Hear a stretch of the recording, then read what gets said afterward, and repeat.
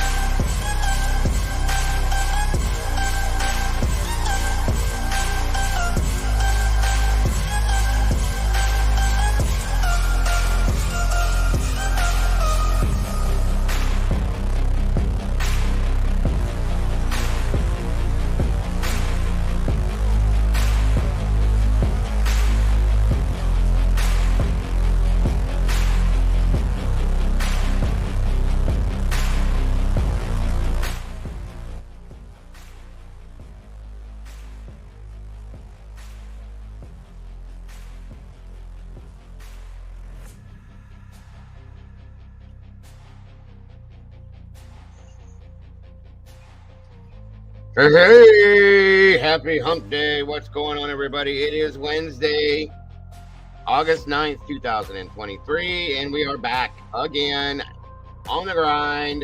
Gilgo Beach, everyone.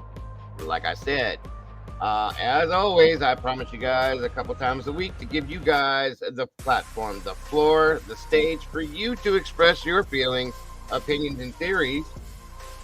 So today, it's your time to tell me what you think about what's going on with this case as we look into it a little bit deeper. Yesterday was a great variation as to what we were talking about with it, and I appreciate you all joining me for that. I hope you all had a great night, and I hope you are all ready for today, because we're going to get this show on the road. Here we go.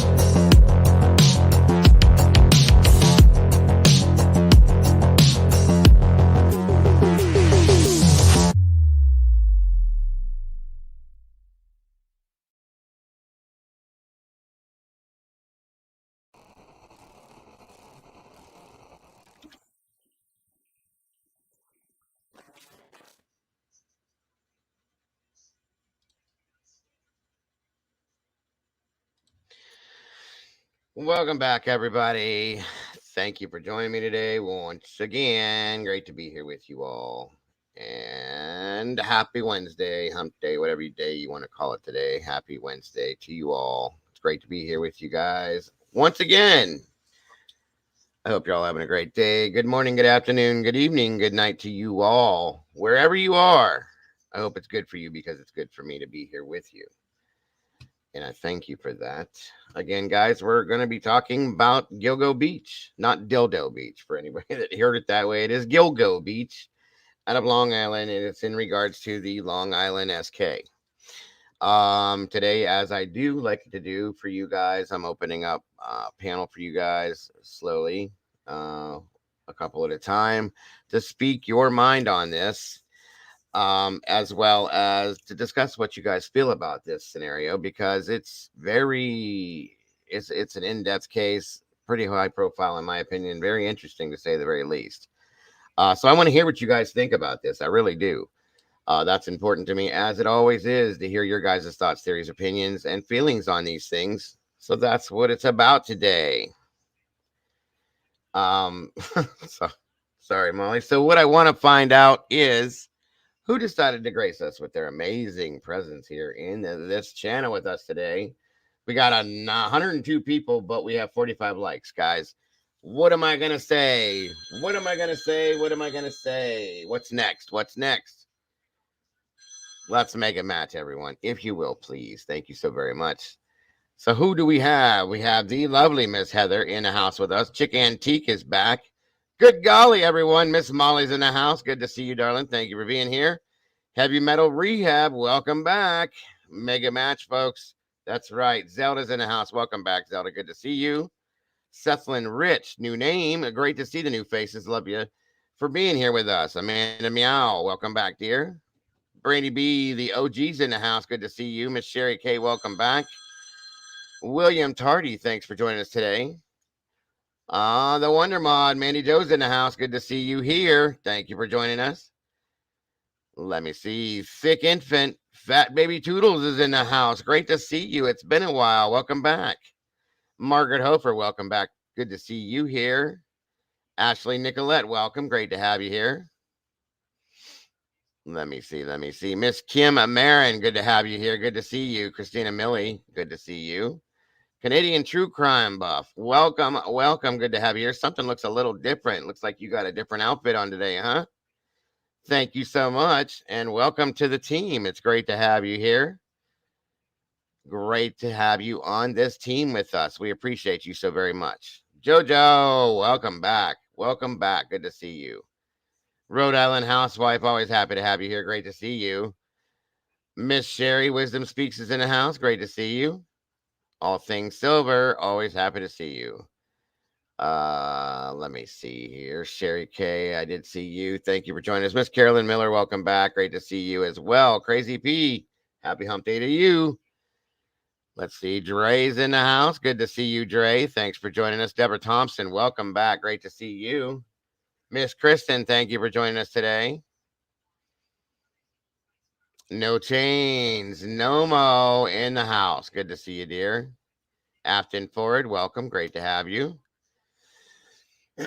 Jules and Bean, great to see you. Thanks for joining us today. Open Mind Perspective, welcome back. Great to have you here.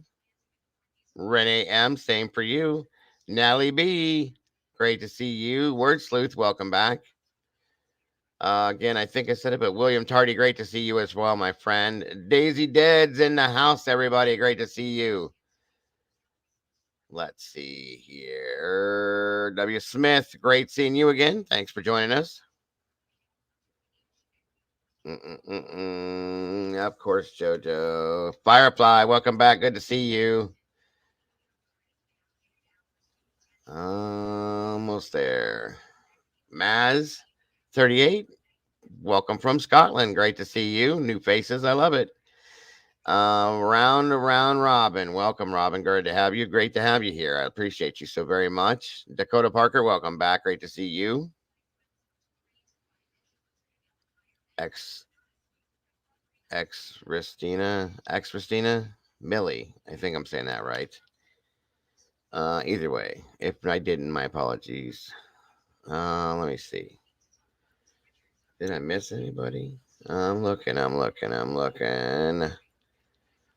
Mr. Jesse Shule. Always good to see you, my friend. Great to have you here, brother. Appreciate you so very much. Tina B, welcome back. Good to see you. Lisa and Canali, happy to see you as well. Did I get everybody? Almost. All right. That took care of that scenario. Anybody new? Canadian true crime buff? Kim Young, great to see you.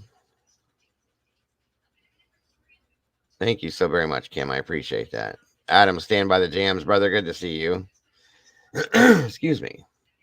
Eve Lucky, welcome back. Good to have you here. Truth Seeker, same for you. Purple Butterfly 13. Great to have you here. It's like a new face. Devil Doll 666. Love having you here. Peppermint Tea, same for you. Vix Logic, great to see you and great to have you here. Catastrophe 44, welcome back. Good to see you. Michelle Mack, welcome back. Good to have you here. D Small, same for you.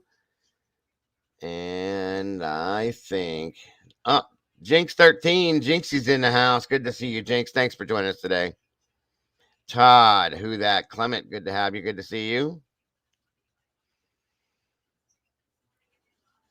I think that is it, actually, for this moment, folks. Randall and Lori Gray, welcome. Good to see you.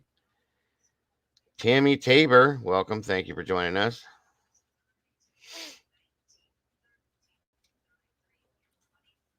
Of course, once again, Fat Baby Toodles, or AKA the Thick Infant. Good to see you. There's a long story behind that. That's actually not really that long. Kind of funny, though. It is definitely funny. I think that's everybody. Oh, no. I see another name. William. Live, Love, Sail. Welcome back. Good to see you. Up, Down, Ingenuity. Good to see you. Just when I think I'm done, there's more peeps jumping in here. CR, welcome. 129 people. We only got 63 likes, guys. Please, please, please make a match. We got to get out in that algorithm. It's very important. Fancy Nancy's in the house. Good to see you, Nancy. War Eagle. Hey, roll tide. Good to see you here. You know I'm going to say it every time. I think that's it this time. If I have not said your name, my apologies. I will catch up on it here down the road. Tina JP, good to see you. I hope that's how you say your name, because I was saying Tanaj before, so like a goofball. But anyway, 74 likes. We're almost there. We're getting there. We're getting there. Let's make it happen, guys. All right. Come on in, guys. Grab your coffee, tea, whatever it may be. Come on in here. Sit down, please, and have a conversation with me. What's up, Miss Tracy? There's a lot to talk about with this case, and I really want to hear your guys' thoughts on this for sure. For sure. One second, folks. Just gotta make some things happen over here. For sure.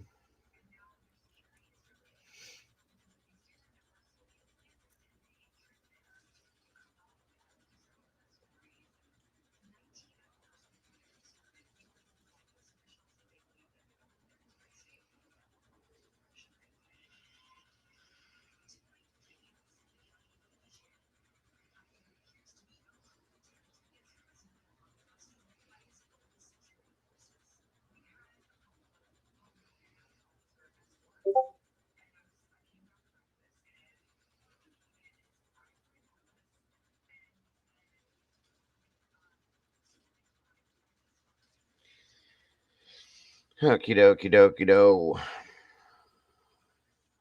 Stephen Colombo, welcome. Good to see you, bro. What's up?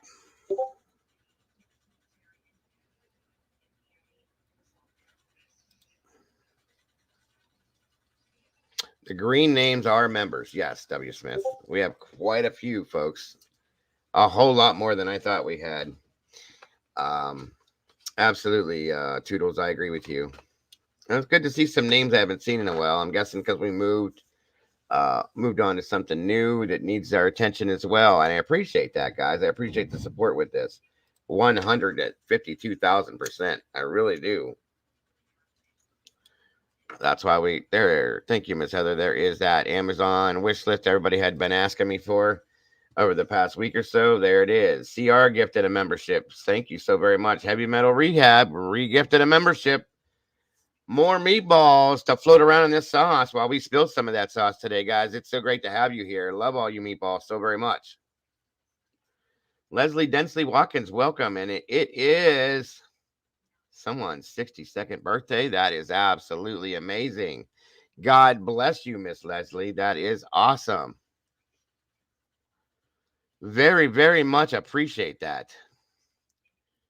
I appreciate you letting us know that so that we can all, as families do, wish you the happiest 62nd birthday that you absolutely can have, dear. Woman Power 101. Happy hump day to you. Absolutely, Miss Leslie. I hope you have a wonderful day. I'm glad that you chose to spend some of your day here with us. That makes me feel amazing. So, again, I hope you have the best day you possibly can, Leslie.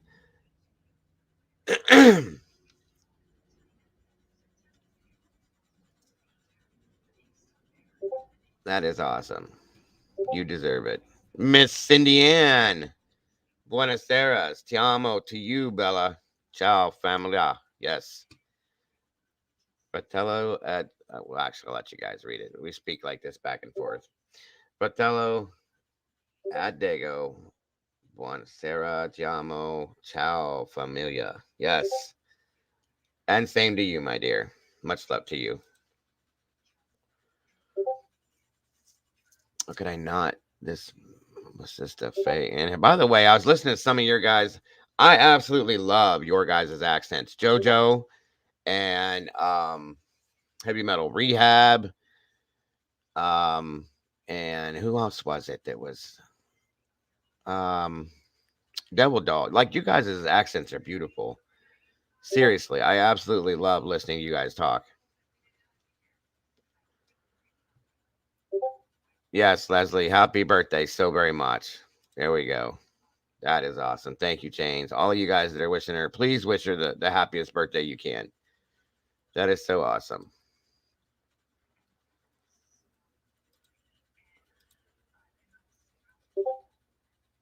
I cannot code that. Adam, stand by the jams. That's right. That's right. And again, Leslie, thank you for choosing to spend a little bit of that day here with us. That is so appreciated. Let me go ahead. I'm going to do this because everybody's been asking me about this again. Where is it? Okay, that I'm going to pin in the chat. That Amazon list for anybody that had been asking about it is pinned in the chat. And I appreciate you guys for that. A lot of great voices. Absolutely. Tanya Clements, welcome. Good to see you. And thank you for that.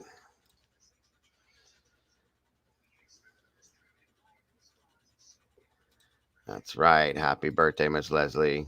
Vix, yes, Vix has a great accent as well. I was trying to find, there was 4 or 5 of you guys that do. They're absolutely beautiful. I love your voices. And again, if you guys would welcome the Canadian True Crime Buff to the team here. She is now a new moderator. I'm sure she'll do an amazing job. So please welcome her in as you should. And we do. And if she has any issues or needs help with anything, please help her out. The rest of the mods in here, if you would. And just make her feel comfortable. That's all. Not yet, Catastrophe. I wish it did, but it didn't. Yes, Jojo. Jojo has a beautiful accent. I heard it for the first time today. That's right. Kim Marin, So Pavement. Love that one, Kim. And yes, Canadian, welcome to the fam. And if you have any issues whatsoever, we will get you into the bounced over to the Discord for the moderators, of course. I'm sure Brandy or Heather can do that or help you do that. Natural Healing, great to see you. Tammy, I never can say this, so I'm just gonna say Tammy Ella. 2LH, it looks like. I might be reading that wrong. Tammy 2H, maybe? 3H, 2H. Either way, if I ever butcher your names, please just cuss me out and let me know how to do it. iSoft, good to see you. Yeah, it is. I hope I can make it that long, though. That's the thing, Catastrophe. That's a few months away, but I'll figure something out, I'm sure. Absolutely. I'm sure you'll do an amazing job, Canadian. I know you will. You're here every single day, so there it is. There it is. So, like I said today, guys, we did cover some more of the Gilgo Beach case yesterday. Some pretty rough stuff we went into for those to catch everybody up that didn't know what was going on. I have my thoughts on the case, and I want to hear what yours are, guys. I really do. I really do. Where is Eddie at? I'd love for Eddie to be in here for this today. I miss him quite a bit. Love hearing his insight into things. It is not dildo, Molly. I promise you. I know that's the first thing you heard, but it is not. Somebody thought I said dildo beach, and I was like, nope, it is definitely not that. Although I guess it could sound that way. Thank you again, Heather. This channel is 100% crowdfunded, folks. For those of you that don't know that, most of you do at this point because I've said it quite often. But these links I put up here for PayPal, Venmo, and Cash App are just for that. Anybody that would like to donate to support the channel, that's what keeps me coming to you guys every single solitary day. It pays the bills for the internet, StreamYard, and all that other fun stuff, along with the equipment issues that I have from time to time because it's what it takes. Um, well, that's probably a good thing, Jesse, because I don't even know. But Eddie's a great guy. I don't see why anybody would want to do that. That's really sad. But he's always welcome here, so always welcome here. He knows that.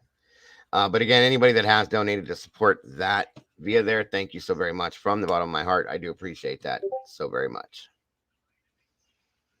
Yeah, that doesn't make any sense either. At all that he would get kicked out of there. That's crazy. Something's not right with that because Eddie's a great guy.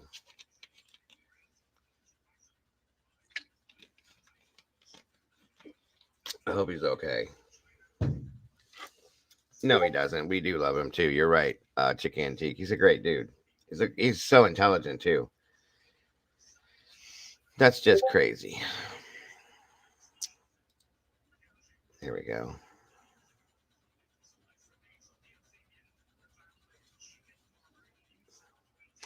You know, it's a good question, Carolyn. That's a good question, and that's what we're going to talk about today. Did he? Did he do it all by himself, or is there multiple people that are involved in this? Because I'm starting to feel that there may be a circle of people that have been involved with this, possibly. Marcy E. Good to see you, Tammy C. That's awesome, Tammy. You're in the right place. Great to have you here. No, I think you did great. What I heard, Vix.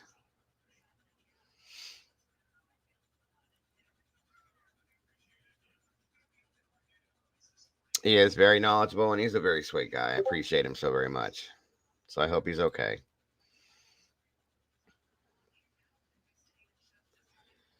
That's just a weird situation, whatever that one is. I guess people don't like his outlook on things, which is crazy because he's always had Mr. Whistle. Good to see you.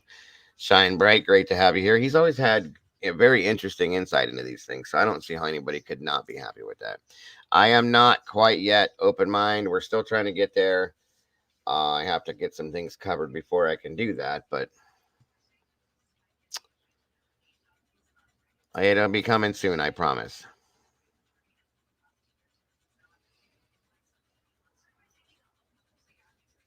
Mm-hmm.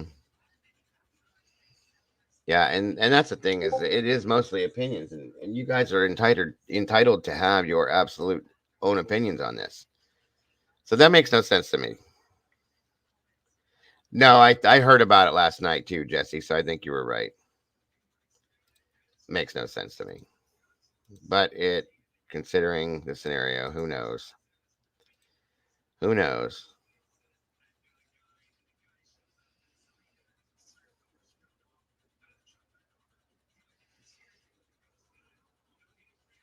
That's right. Karma is real. Lapping stock. Good to see you. What were you saying, W. Smith, about Rex? I don't think that he did this. Maybe his brother's involved. Could be. We don't know. We're going to talk about it. That is what we're going to talk about. There's a link in the chat. Um, if anybody would like to start off and join me up here, please do. Jump right into it. I'd love to hear your guys' thoughts on this because I know I was watching yesterday. You guys have a lot of opinions, and I really want to hear them. Virginia Wolf, welcome. Good to see you. Sherlock Kendra, great to have you here. Another meatball in the sauce with us.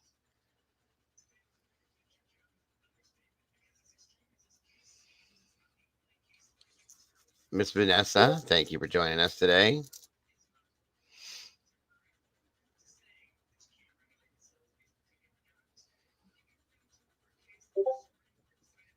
And there's going to be a lot more cases, I think, coming out of this scenario now, too. They're going to find stuff, I think, from when he was younger. No idea heavy metal, but that's okay. We just mind our business over here and keep moving forward. That's all I do.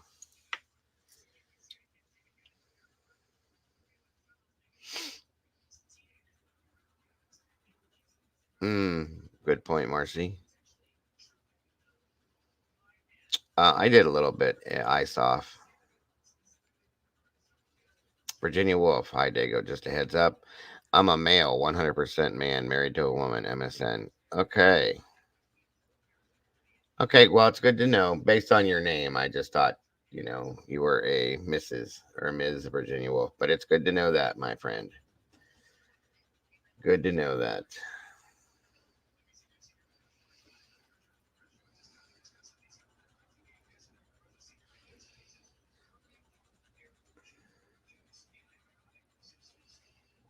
Hmm.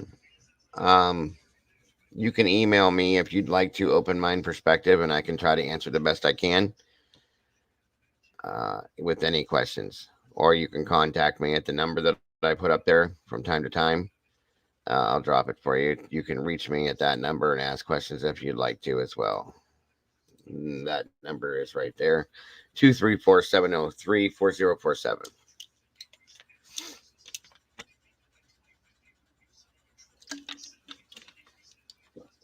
I think it's about time for some more coffee pretty soon. I think so. So who's going to join me up here first? Anybody? Any takers? I don't smell, guys, I promise. I smell good. What do I smell like today? Kenneth Cole Blue. That's what I smell like. That stuff.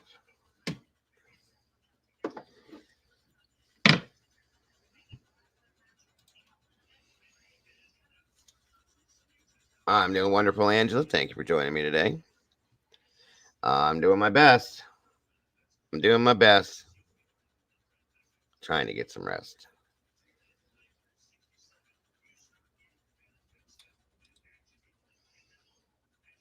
CR, good to see you.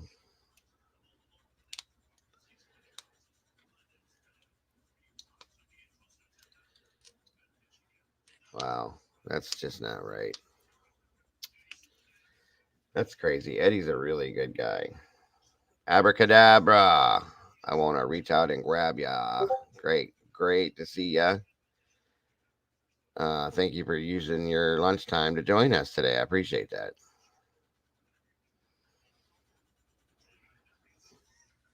Thank you, Open Mind. Yeah, feel free to email me anything, and I will definitely try to answer them best I can. Don't you hate it when work interrupts chat? That's too funny. Foxfire, good to see you, and thank you for that. I appreciate you. Mike D Experience, good to see you. Good to have you here.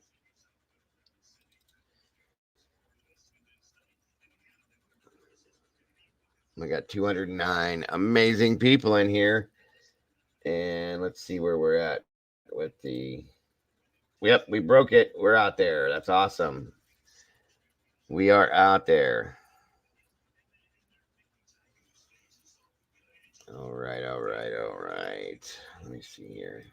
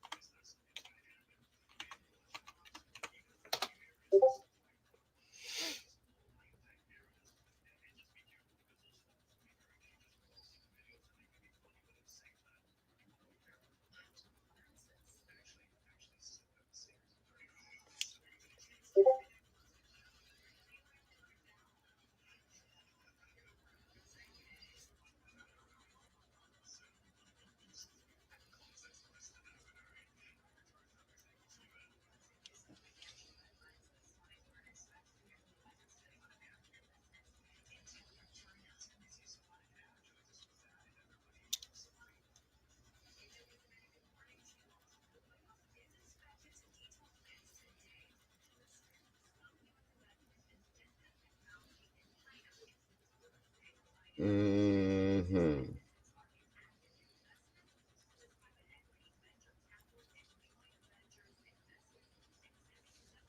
Okay.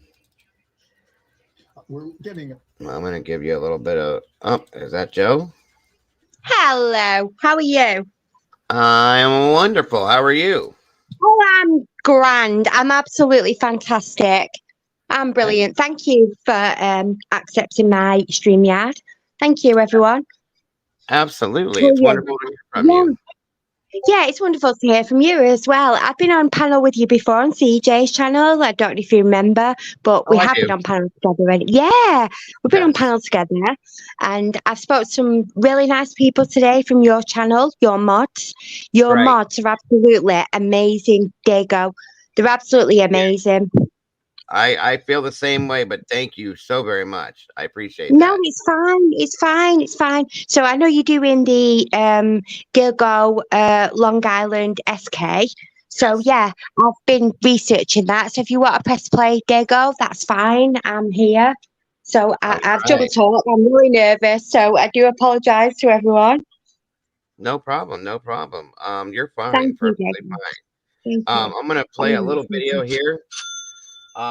We're first Okay, we're darling. gonna go over this video, and then if you have the time, thank you so much, Isoft, for the first super sticker. No. I want your opinions on Ah, all of it. bless. I Yeah. agree. Okay. Yeah, that's fine. That's And there's fine, another Gilgo. one, another amazing. Yes. I love your guys' accents. I think you have beautiful voices, all of you guys from I overseas said there. that. I'm like, where the hell has he got that from? I'm so common. I'm like, yeah, mate. Because I'm from Manchester, where Oasis is from. So I'm like, yeah, like buzzing. Well, I don't talk like that, obviously, but I'm Right. from where Oasis is from. And Gecko, can I ask you one question? The Friday when you did the fun thing where we all chose music and everything, where did Yes. that video go? Because you uploaded it and it's not there anymore. Did you I remove it don't or did I don't keep those because YouTube likes to Ah, flag those for copyrights all the time. So I do those with the understanding that I'm not going to hold on to um, those. I know it's kind of it sucks a little bit, but I do it. okay. That's why I do those inside the Discord too. I'll do that in Discord where we don't have to worry about that, and you guys can hang out in there while I do it too. It So was amazing. Gecko, I had the best night of my life. And, full well I've just lost my 17-year-old cat and, I've been through grief and everything. And it yeah, was just amazing. It was brilliant. And I went to watch a replay and I thought, oh my God, where's it gone? I'm It's sorry. gone. But Yes, I'm no, sorry. it's not you. I Yeah. just I don't hold on to them because I don't want to give YouTube a reason to try to copyright me and stuff like that. So it's just we have fun with it while we can, and then it's gone, and then we do it again the next time. So you know how that goes. But Yeah, sure. Sure, I I've do. noticed Yeah. I noticed a lot of people have said that it helps with their anxiety when I do that, and they enjoy themselves. Oh It's a my good gosh, release, I think. yeah. Diggle, What's you're about you? amazing. It's helped with mine. I'm going through grief at the minute. I lost my 17-year-old cat. I'm going through Right. so much at the minute. And you and Evil CJ, if that's all right to mention him, because I know you, Yeah. you know, Oh, you yeah. like Yeah. buddies. And you and Evil CJ, you've saved my life, Dago. I was in bed for a week. I've been in bed for 10 days because I couldn't cope with it. And I know you've lost animals, and anybody on the channel knows who's lost animals. It's just you're mourning for somebody who it's like mourning for your dad, your mum, your grandma, your sister. Sorry, trigger warning. I apologise. It's like It's okay. mourning for somebody that you've lost. It was horrible, Dago. It was awful, and I've not been on. And then I had all that on CJ's channel. I'm just a Mhm. new mod, and I actually um hid somebody's comments, and I thought, oh Yeah. my god, I've done the wrong thing, and Uh, everything. But I know I'm back now. I'm back now, Good. Dago. Good. That's I'm glad to have you yeah. back. I'm so sorry that you had to go through that. But Thank it you. it happens to all of us. It's horrible, Thank and you. I that's know. why we all try to support each other in here because, like I said, Thank you. I create I how can I say this? I treat this like we're a family for that reason. That way we can support each other when we go through these Thank things, you. just on a regular basis. But um, Thank you, you're Dago. It's so obviously reassuring. You're lovely. Your channel's lovely. Your mods are lovely. I've spoken in Discord. I don't even know how to use it, but I've spoken in Discord today to a few of your mods, and they're so nice, Dago. Your channel is lovely, like good. CJ. It's just amazing. Thank you very much. Thank you. Absolutely. I'm so happy that you feel that way about it. I hope that everybody does, and that's what the whole point is to it. And I love Exactly. that I have these platforms for you guys to be able to feel comfortable. And I hope that you are kind of starting to heal now from that. And I know that you have my condolences in your situation as well. Thank you. And I know it's Thank not you. easy. Like I said, I lost my dog in May. From 18 years we had him. Um, Oh, Dago, I'm so sorry. I'm yeah, so sorry to you. it, and I know that's okay. Thank you. And we think about it all the time, but like, I Me think being too. in here Yeah. with you guys, it kind of helps with that stuff because I'm not so, it's not that, I'm not so lonely missing him anymore when I have you guys to come to. So I appreciate that from all of you. Exactly. Exactly, because you've got a family. You've got a family to go Right. to, and if you want to reach out to somebody, somebody's always there. And I don't even know how to use Discord. Dago, this is my first time. I'm like, what the hell? I'm not shouting or anything, Dago, am I? No, no, you're Am I okay, all honey. right You're on the voice? Yeah. You're okay. Thank You're you. quite all I right. swear to you. Yeah. Welcome, Katie Perrin, Michael 007, R Whip, and 1 second, hon. Logolax, I think it was a couple other people. Latrell Hill, what's up, neighbor? Good to see you. And anybody else that I might have missed jumping in, thank you so much for joining us now. John Boy Cat, there it is. I knew I saw another one. Welcome. Good to have you guys here. Cowboy is in the house. Good to see you. I appreciate you. And I think that does it. But again, thank you for joining us, Joe. I'm going to go ahead and we're going to play this one video here. This is about Rex Heuermann's wife speaking out. Just a little quick thing here. We're going to talk about. Oh, she's gone. Where'd she go? Well, you're welcome to come back up here and talk about what you think about this case, Joe, when you're ready. And we'll go ahead and move forward with this real quick. And we can, you guys, like I said, it's your guys' day to come up here and speak on what you think about this case, guys. I'd love to hear it. And again, as always, guys, make sure you let me know how the audio is going with this. If there's any issues, please. And we are off. Look tonight inside the home of accused Gilgo Beach serial killer Rex Heuermann. His wife, Asa Ellerup, releasing these pictures to ABC News, saying the authorities who searched the place left behind an unimaginable mess. Boxes everywhere, even on the kitchen counter, and blocking the cabinets. In the bathroom, the tub's casing has been removed, as you can see. In a phone interview, Ellerup tells ABC, we're quoting now, "My children have been crying themselves to sleep, and I've been crying myself to sleep too." She adds, everything is destroyed. It's worse than glass breaking on the floor. Heuermann due back in court tomorrow afternoon.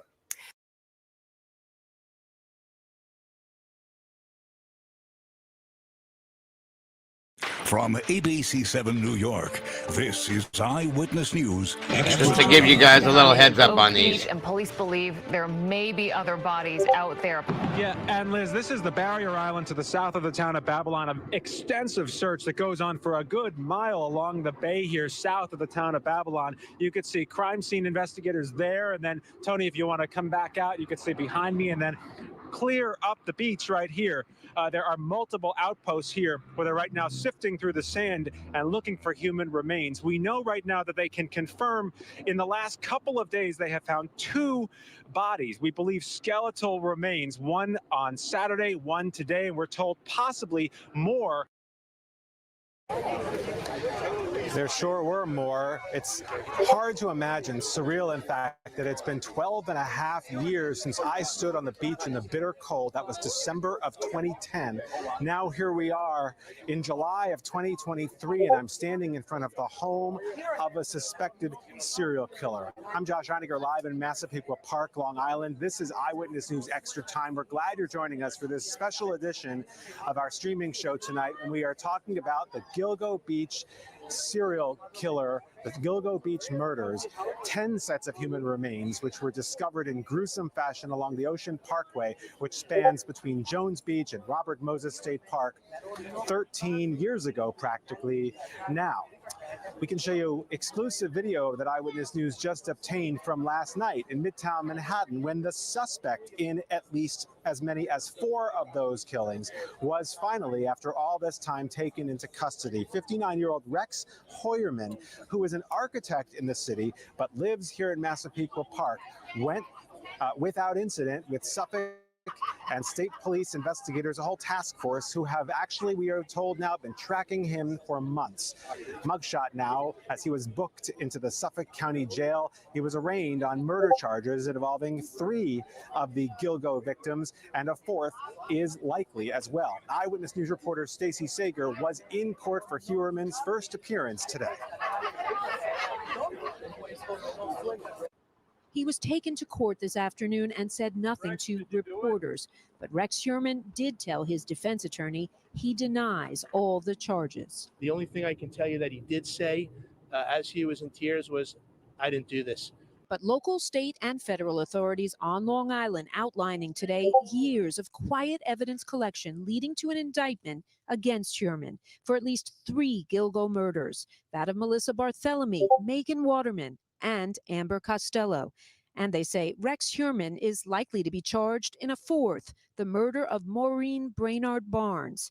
The pattern? All of the women were bound at the head, at the midsection, or at the chest, and later at the legs. They were bound by burlap. The burlap was camouflage burlap used to hide, purposely hide the bodies. The indictment against him reading like a movie thriller, saying Heuermann used at least 7 burner phones he would toss after his alleged crimes, but not before taking selfies like these to find his victims. Federal investigators were tracking the cell phone activity to 4 separate towers around the area of Massapequa Park, where they converged today. But they say Heuermann was positively ID'd back in March of 2022. First, after a witness described him, then a description matching his Chevy pickup truck, then data listing his address in the so-called box here, Massapequa Park, where all the cell calls were being traced. Rex Heuermann is a demon that walks among us, a predator that ruined families. But there is more work to do. Other victims not linked to Heuermann, their families also at court today, without closure, but hopeful.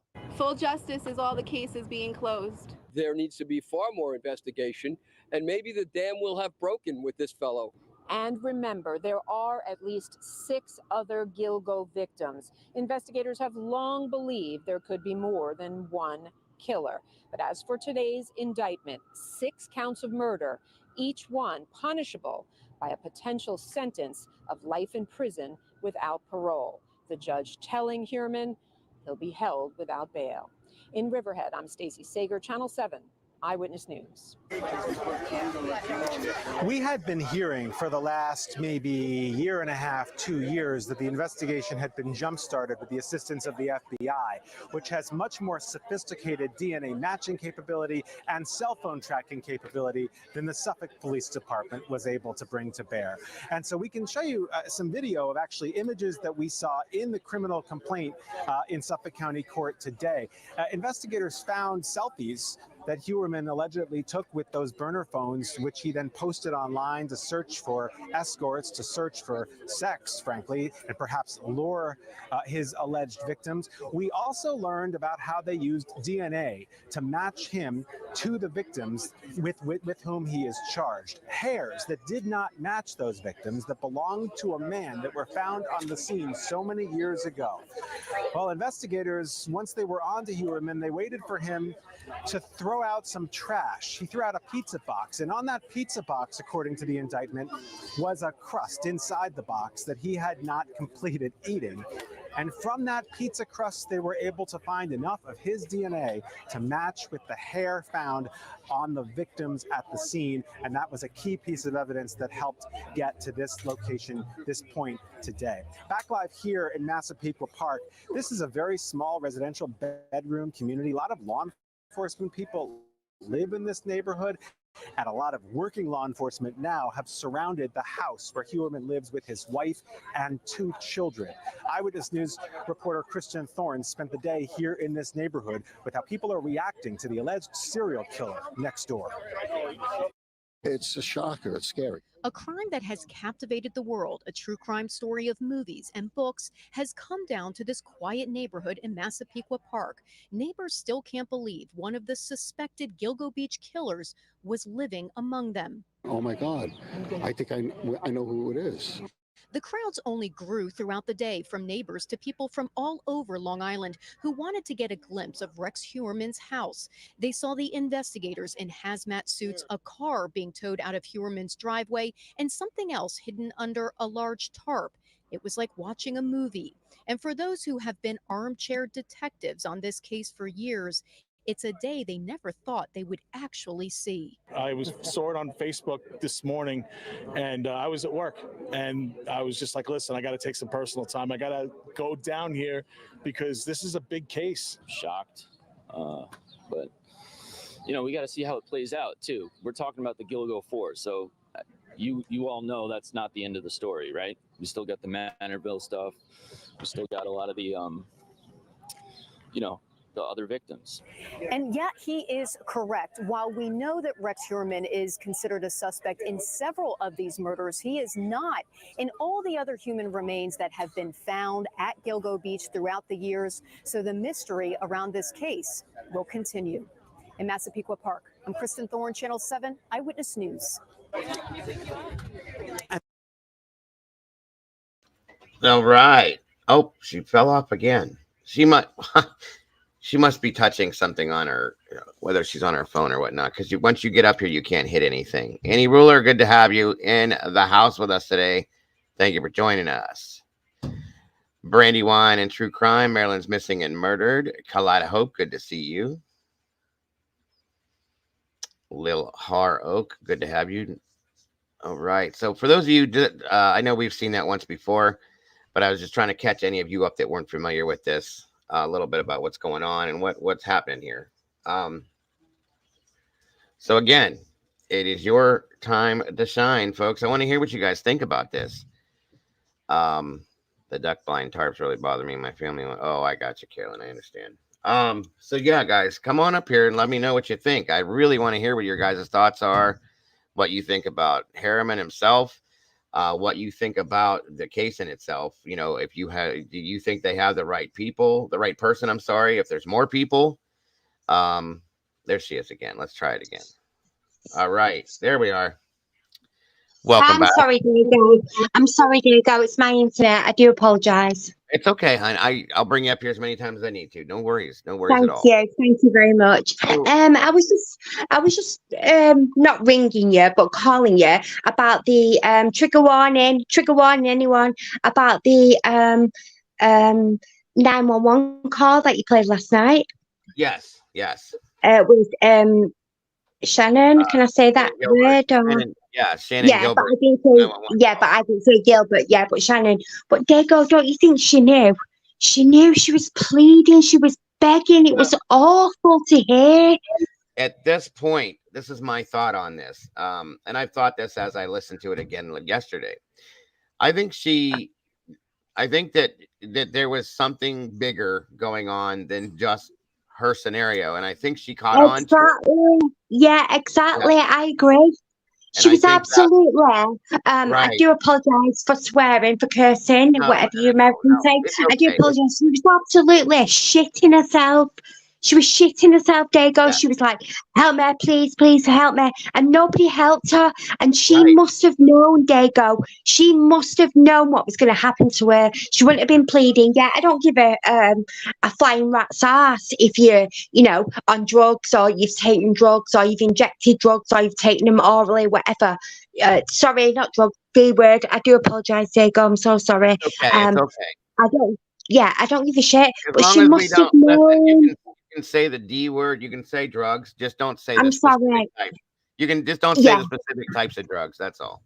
Thank you. Right, that's fine. But you know what, Dago? I'm like, what the hell? And I heard it. Dago, my heart drops. I almost wanted to cry for her.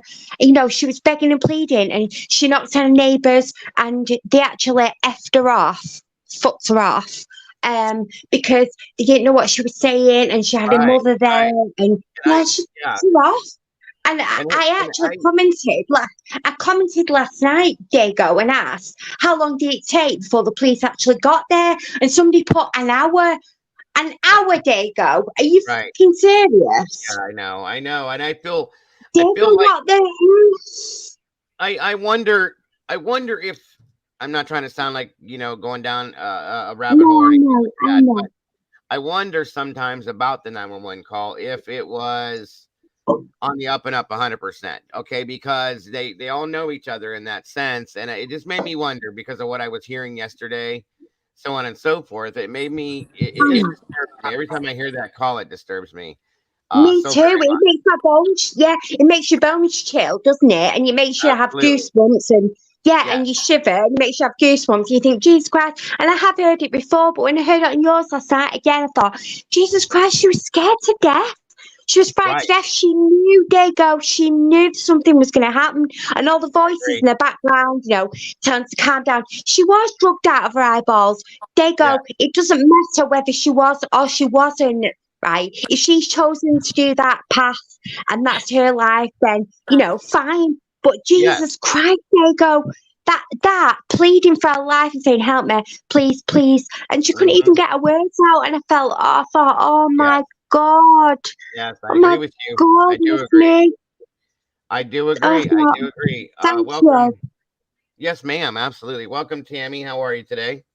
I'm good. Thank you for having me up. And hey, Tammy. Hi. My first yeah, time you okay? here. Hello, lovely to meet you. Yes, nice to meet you too. My first time here.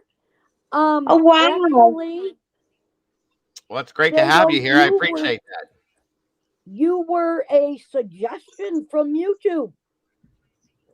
Well, that's good to hear. I'm glad that YouTube is suggesting to people. Awesome. Well, yeah, brilliant. my friend and I have been doing a show about the Gilgo murders and the Idaho murders. Okay. So I've been researching all this. I'm only probably 3 hours from there. Oh, wow. Okay. And I can tell you, I think my opinion is he did this on his own. Okay. Because according to, and I say allegedly, okay? Yes, of course. Of course. His wife, he would make the reservations for his wife and family to go on vacation. Right. So then he's doing all of this while they're gone. Right. And now I come up on an update today that he is being possibly linked to 4 murders in Las Vegas. Yeah. Yep. That is the new stuff coming out. We were going to get into that here in a little while too. Absolutely. Absolutely. I think he did it on his own. Well, and I agree with you that he was by himself when he did these, okay? Yeah, yeah. But what I was talking about with what I meant by what I was saying is even a couple of us, Mikey, one of my other mods, and I were talking about this last night, that I almost wondered if he was at some point maybe linked to a group of people that was hiring these escorts, people that have power and money, and is what I'm saying, okay? I know what you're saying. I'm in New York. Okay, and hiring these escorts and bringing them in, doing what they're doing, and then, you know, maybe some things were happening here or there where maybe some of the women had possibly gotten pregnant or something, or just something like that, maybe going down, and they're, you know, there's somebody that's got to take care of those situations. And Mikey was like, I almost wonder if he was a hired man to handle certain situations, and he got to where he enjoyed it so much that he just kind of went out on his own and did his own thing. And it's something that really had me wondering after last night. You know what I mean? I don't know. You know, for me, there are so many possibilities. Like South Carolina. His brother bought his Avalanche. Yes. I mean, that's kind of weird. Oh, I agree. There's a lot of people that think his brother's involved with this. I can almost agree with that. Of course, I have to find proof on that, because that's what we do. But yeah, I can see where that could be looked at that way. I absolutely can. For sure. Now they're looking in. Well, now they've identified another body. Yep. The Vergata girl. Yes. But the MO with that was different. Oh yeah. Also with the trans male that they found too. But if I don't know how far you've looked into this. He actually on his burner phones was looking up on different porn sites. Yeah. For trans and young and Asian. Yes. So he could be linked to that. Oh, I can absolutely agree. I think that, and my mother and I were talking about this yesterday morning before I did yesterday's show, and my mother and I agree, and she thinks that we're going to be seeing a whole lot more. They're going to be surfacing from back when he was way younger. And I absolutely agree with her on that. And as much as I don't want to see that happen, I really feel like it is going to happen. I feel like there's going to be a lot more that surface over the next few months. Right. Now, somebody had asked in the comments, I don't remember who it was, somebody, I think. Local lass. Yeah. Sorry if I forgot your That's okay. name. About his wife, or I think it was possibly how he treated his wife. Mm-hmm. And at some point, they were saying that he was very controlling and everything. Yes, I agree. So, and his wife has shown pictures to her attorney of what the house looked like. Yeah, right. It was a mess. It was a disaster. But they're saying that house was a hoarder's paradise. Mm-hmm. And they took that vault out. I don't know if you've talked about that on here yet. Yeah, the first time we touched base on this a week or so ago, I did very slightly, but we're going to get back into it more, because what happened was I touched base on this one day, and then a bunch of stuff with Idaho happened. I had to go back to that, but I'm going to be back on this for a while now to try to get everything out that we can Yes. and look into it deep. So yeah, Now, absolutely. if I can mention something, Word Sleuth just put on. Okay. Sadly, since New York does not have the death penalty, he probably won't confess. Well, Right. here in New York, if it is proven to be premeditated, Mm-hmm. they can bring the death penalty. Oh, really? Yes. Interesting. I did not know And that. he had 7 burner phones. He was looking for these girls. Mm-hmm. That's premeditated. Yes, it is. Absolutely is, especially if he's going and hunting them down, setting up what he plans on doing, and then moving forward with it. That is 100% premeditated. Yeah. I do agree. I do agree. I'm in upstate New York, but I mean, this has been going on since what, 1996? Yes, ma'am. Long time ago. Long time ago. When this first started, I was 19, 20 years old. Really? Mm-hmm. Okay, my kids were young then, Yeah, but I was no, wait, hold on a second. 93, 17, 18, 19, 20. I was 20 years old. Yeah, 20 years old. That's right. okay, you're not much older than my oldest one. Okay. Yeah, and I remember But seeing and hearing about these things, but never, we never could put it together, obviously, because of the scenario. But it was that long ago when a lot of this first started, and then it's just sad to know that this went on for so long, and there's so many people. But that- the thing is, I don't think it had to, because the police department there could have contacted the oh yeah, FBI. yes, ma'am. I agree. They kept it all hush. Mm-hmm. Why? I don't know. Yeah, I know. That's the question of the year. Why did they do that? It doesn't make sense. It's crazy. But yeah, thanks for having me up. I'm Absolutely. glad I found your show. I have to go over back. One of my other community members is going live. So Okay.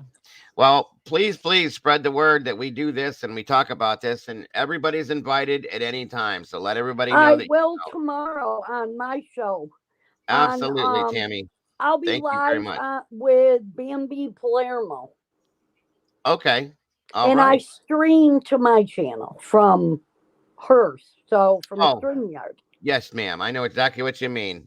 Me and CJ do that, which is another creator that I work with too. Okay. Well, it's wonderful to meet you, Tammy. I'll Nice be to going meet over you. and checking your channel out as well, and I hope you do well with it. But please, you know that you're Thank welcome here you. anytime, and so is anybody else that you would like to bring with you. Thank you. You guys all have an amazing day. Respect too. to everybody. Same to you, and have a wonderful day, dear. Yes. All right. Okay. I think that somebody was looking for the link again, and I didn't get the name of her channel. She said it too fast. I was hoping to catch that, but I will. Who'd she say? Bambi Salerno, and then she streams through there. That's the name of the other channel. I think it was Joe. If you're trying to catch the link, Joe, I put it back in, hun. And William, I saw that, and I will be here, and I appreciate you, sir, very much so. And there she is. All right, welcome back. Thank you. Thank you. I'm so sorry about this. In and out, bouncing like a bloody yo-yo. I do apologise. That's absolutely fine, hun. No worries whatsoever. What I was going to say was all this SK. I can't say all this SK unalivings. So between like the Gilgo Beach and BK. All right. What I wanted to know was, Dago, if anybody knows, because I've actually asked in Discord, if anybody knows, were these people born this way, or were these people triggered by PTSD in the young childhood? I've got PTSD, Dago. I know you have as well. I know you have. You mentioned it, but we don't go out and lie for people, because we're triggered by something. What the heck, Dave? What the heck makes somebody do that? Please, if anybody in chat can actually give an explanation as to explain why. Yeah. What the heck, Dago? I know. It would be nice to know what does cause these people to be the way that they are, whether they're born this way, whether something happens. Thank you. When they're a Thank child, you. there's definitely Palermo. I'm sorry, Draw. Thank you.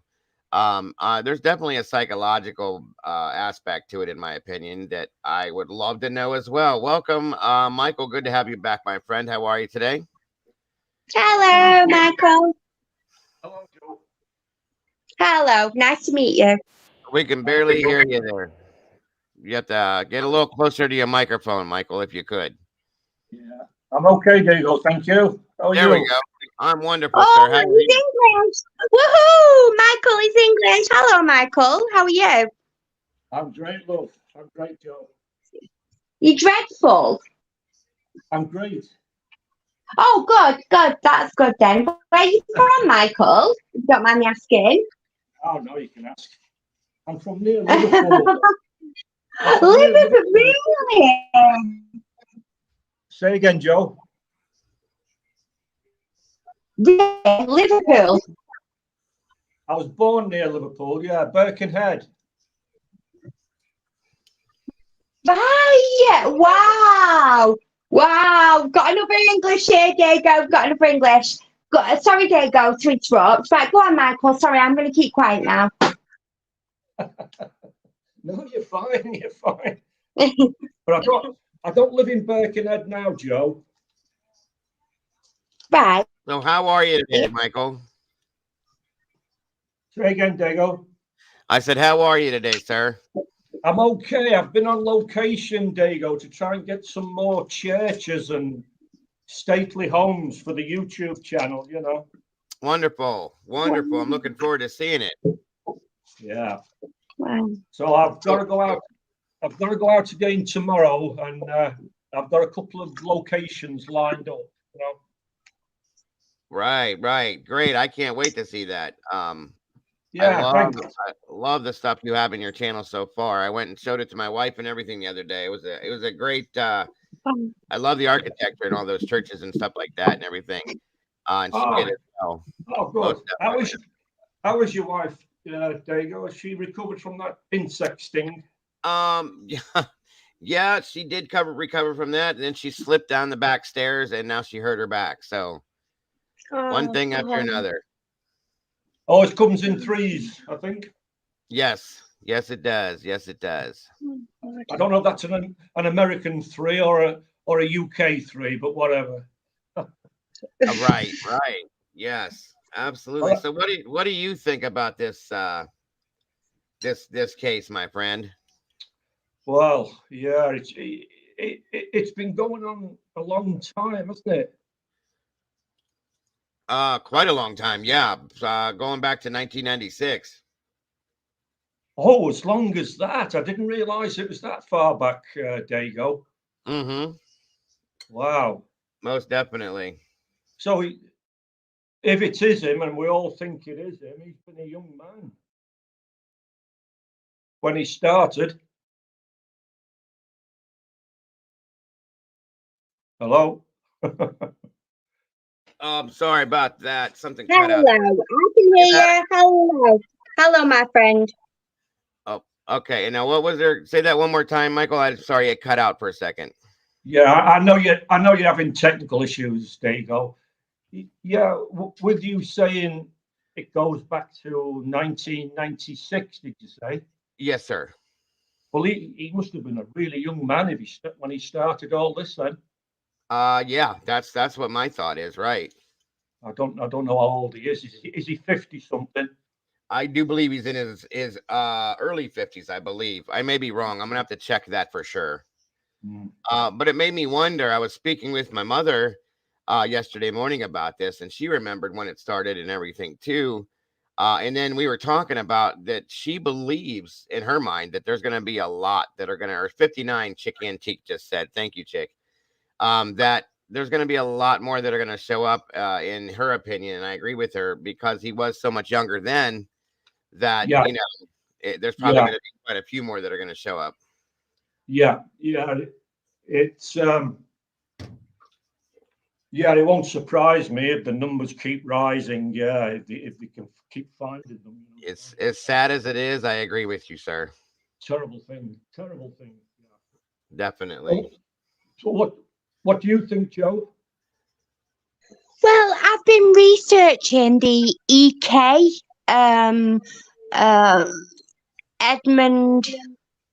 I don't want to say the surname, but its first name's Edmund, and there's pretty much similarities between the pair of them. You know, the height and everything else, and what they did, and this and the other. And I didn't know about Edmund K. I didn't know anything. I'm like, what the hell? But do you know what? I think he has. I think he has. Yeah. But I don't know, Dago, what do you think? Am I wrong? Say that again, hon. I didn't hear you. I kind of got some Am I background. wrong? Dago, am I wrong in saying, yeah, I think it's him? Or am I right or wrong? Or, you know, like BK, I was on the fence at first. And Right. I thought, yeah, he's done it. It's him. He's a bastard. You know, everything else. Do apologize for swearing, for cursing. Right. And I'm like, yeah, it's BK. But then all this with the, I didn't know anything of Dago before I started about PCAs, you know, Yes. Of course. I didn't know anything because I'm in the UK, so I've researched everything, and then I'm reading everything. I'm thinking, what the hell? But I'm still on the fence about BK as well. I don't know if he has, he hasn't, but I don't know. This Rex RH case, yeah, I'm gonna say yes, he has. Yeah. But I do believe it's him. Dago. Yeah, me too. I definitely do. But like I said, I know that they've separated the Shannon Gilbert case from him, but I still feel like there was something that he may have been involved with the people that were involved in her, just like what happened to her. Yeah. I definitely believe that Dr. Hackett is involved with her situation 100%. I mean, they found her in his backyard, basically. You know what I mean? And then the whole thing that went down with that whole scenario. I really feel that possibly, like I had said, that there was a group of people that Heuermann may have been involved with, that Dr. Hackett, and as I said, in a group, I mean such as doctors and lawyers and police officials and governmental officials that were involved in this group, pretty much doing what they want to do. Okay. Exactly. Yeah, exactly. And trying to get away with it. So. Yeah. So. But I didn't. What's the right way I can choose here before getting the channel cut off? I didn't believe that Ellie was so the C word and NDT corrupt. I didn't believe that. Did I just whisper it? Yeah, I just did. But I didn't believe that your Ellie was so corrupt. Because here in England, in UK, we don't have anything like that, Dago. We just, I know. Yeah, it's bizarre. It's mad. And I covered a case over in the UK a few months ago. It was the Nicola Bully case, and it really Don't even talk to me about that, Dago, because I've already done this a million times, and they said it was accidental. I don't believe that. Accidental? Are you joking? I don't believe that.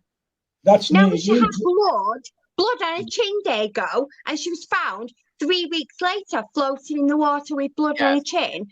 Don't you think that the red stuff on her chin would have washed off by the time? No. Yeah, exactly. I don't believe that because I apologize. Trigger warning. I do apologize to everybody, mods, everybody for saying what I've said. Do apologize. That's okay. Joe? Yeah. Joe? Yes, darling. I can hear you. Yeah, that would have been near you. That was Bolton way, wasn't it? How do you know I'm from near Bolton? I think the accent might be, yeah. Oh, really? Oh, really? Yeah. Oh, thank you. Yeah, I'm a Bottom Wanderers fan. If that's any help, Wanky Wanderers. So if that's any help, soccer. There you go. Soccer, not American football. Our football. That's Yeah, okay. I can't believe you just picked that up. Oh, yeah. Yeah, but I have issues with, go ahead, Michael. Yeah, I'm from the Northwest, Joe, so I've got a good idea, about accents from that way. Right. Oh my goodness. Yeah, I'm originally from Manchester. I lived in Manchester, but now I'm in Lancashire, and I'm actually a Bottom Wanderers fan. So I can't believe you just said Bolton. That was just a shock to me. Thank you for saying that. Yeah, you're right. Are you Liverpool or Everton, Mike? Liverpool FC, Joe. Liverpool FC. Oh no, Mike! No, me, you can't be friends now. No. I'm joking.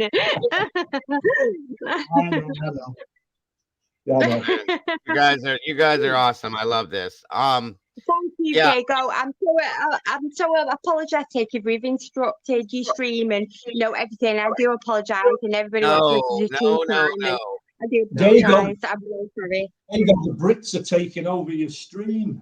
That's all right. That's quite all right. Quite all right. I will state though, real quick, with Nicola Bully's case, I absolutely do not believe it was an accident. I never did from the very beginning. I have a team member that works with us that lives over near Lancashire. She's a retired Manchester police officer. She actually did believe in the beginning, and throughout the period of our investigation through it, which was really tough. I'll be honest with you, because the UK does not release anything when it comes to their investigations, and it's very hard to get any information. But I've got some very good moderators that were digging, and we found some things. And I feel personally that, my opinion, that her partner was very much responsible for what may have happened to her. I feel that he was an abusive person, because we found pictures of her the Christmas before she disappeared, standing by a Christmas tree. I had showed these pictures on here, and this is what kind of turned the corner for me. Right. And we noticed something, my one moderator did. So we zoomed in on the picture and noticed that along the back of her neck, all through here, was a huge bruise. Yeah. Huge. Yeah. And she wasn't a dirty person. It wasn't dirt. It wasn't her hair. Yeah. And they made her out to be that she had an alcohol problem and she had this and that. And I very much feel that it was the opposite, that Paul had that problem, and that him and her friend Emma were the ones that possibly were responsible for that situation. Because it was just interesting to me how the divers were up and down, and not saw one thing about that woman being in that water. So I don't believe she was in there. I agree. Diego, you're so right on that. Diego, you are so right. At first, I thought, yeah, she may have unalived herself, put bricks in her pocket, walked into the water, done it herself, but they didn't say anything about that. Just said the autopsy. Sorry, can I say that word? I'm not sure I can say the A word. No, you're fine. You're fine. Yeah, I'm sorry, Diego, if I say anything untoward. Showed that she didn't have anything in her pockets. It must have been a accidental death, and they've ruled it as an accidental death. But Diego, how the hell do you explain that? She loved that dog. She loved the dog. She tied the dog to a gate, and the dog obviously got off the harness. The dog was running back and forward. Why did the dog jump in the water after her? Well, that's what I said. Yeah, if she would have fallen in, if she would have fallen in that water or jumped in that water, I feel that Willow, the dog, would have jumped in right behind her. And if not, yes, if not, she would have chased her down river. She would have been barking furiously, insanely, and somebody would have been alerted to it. And that's why I don't believe that happened. Thank you. I'm about 20 minutes, 20 to 25 minutes from where the accident was. Well, we'll call it an accident for now. And, Sure. They've really got an accident, but she had blood on her chin. Diego, how do you explain having blood on your chin when you've been, floating in the water for 3 weeks. Sorry, I'm just Right, going to say right. it. There's no other way No, to say it. It's an easy I way. get it. Yeah, do you I know get what I'm it. saying? How the I heck do you understand. explain that? And there was no injury. It was just a bit of red stuff on her chin. So she's been in the water 3 weeks, but she's got red stuff on the chin. And, how the heck do you explain that? No bricks in the pocket, nothing untoward. Just been a coroner's, report, 2 days of the coroner's court. And they said, it was an accidental death, but she wasn't. They said she must have gone in the water. Right. And it was freezing cold. And, obviously, when you walk in cold water, Diego, when you have a cold bath, you go, and you can't catch your breath. You know what I'm talking about? Right. When you're too cold, the shower or the bath. Yes. And, she must have gone in and she couldn't catch breath because there was no water in her lungs. So apparently she passed before the water enveloped her soul, if you know what I mean. Right, absolutely. Yeah, I don't know. I really don't know. Right. So anyway, that's my thought on the Nicola Bully case. But like I said, as I was stating that, I noticed that a lot of the stuff in the UK that goes on, we never know about it because they don't put anything out. So yeah, I'm trying to remember how we got on that subject. Oh, the police over there are a lot different than they are over here. That's for sure. That's and right. Yeah, you're right, Diego. I'm sorry about that for going off subject about this Oh, one. no, I no, really no, do no. apologize. I I'm went right sorry. along with. Yeah, I went right along with you. It's no worry. So I understand completely though. I'm sorry. I'm sorry, Yeah, R Whip. I'm gonna this take us back in that direction now, R Whip. We were talking about another case that we got, fell into, but that's okay. So again, going back to the Gilgo Beach scenario, so on and so forth. Yeah, I have some questions. I have a lot of questions, and we're gonna be digging on that to look into it because there's a lot of things that just don't fit into place for me at this point, and I'm not comfortable with, and that's what we I do. agree. So Exactly. right. Absolutely, Michelle. I've been told that by a lot of people. Pamela, she's told me that as well. Just multiple different things, and just the things I've seen, the way that police are, and so on and so forth, are just completely different. So yeah, I absolutely agree with those comments for sure. 1 second, please.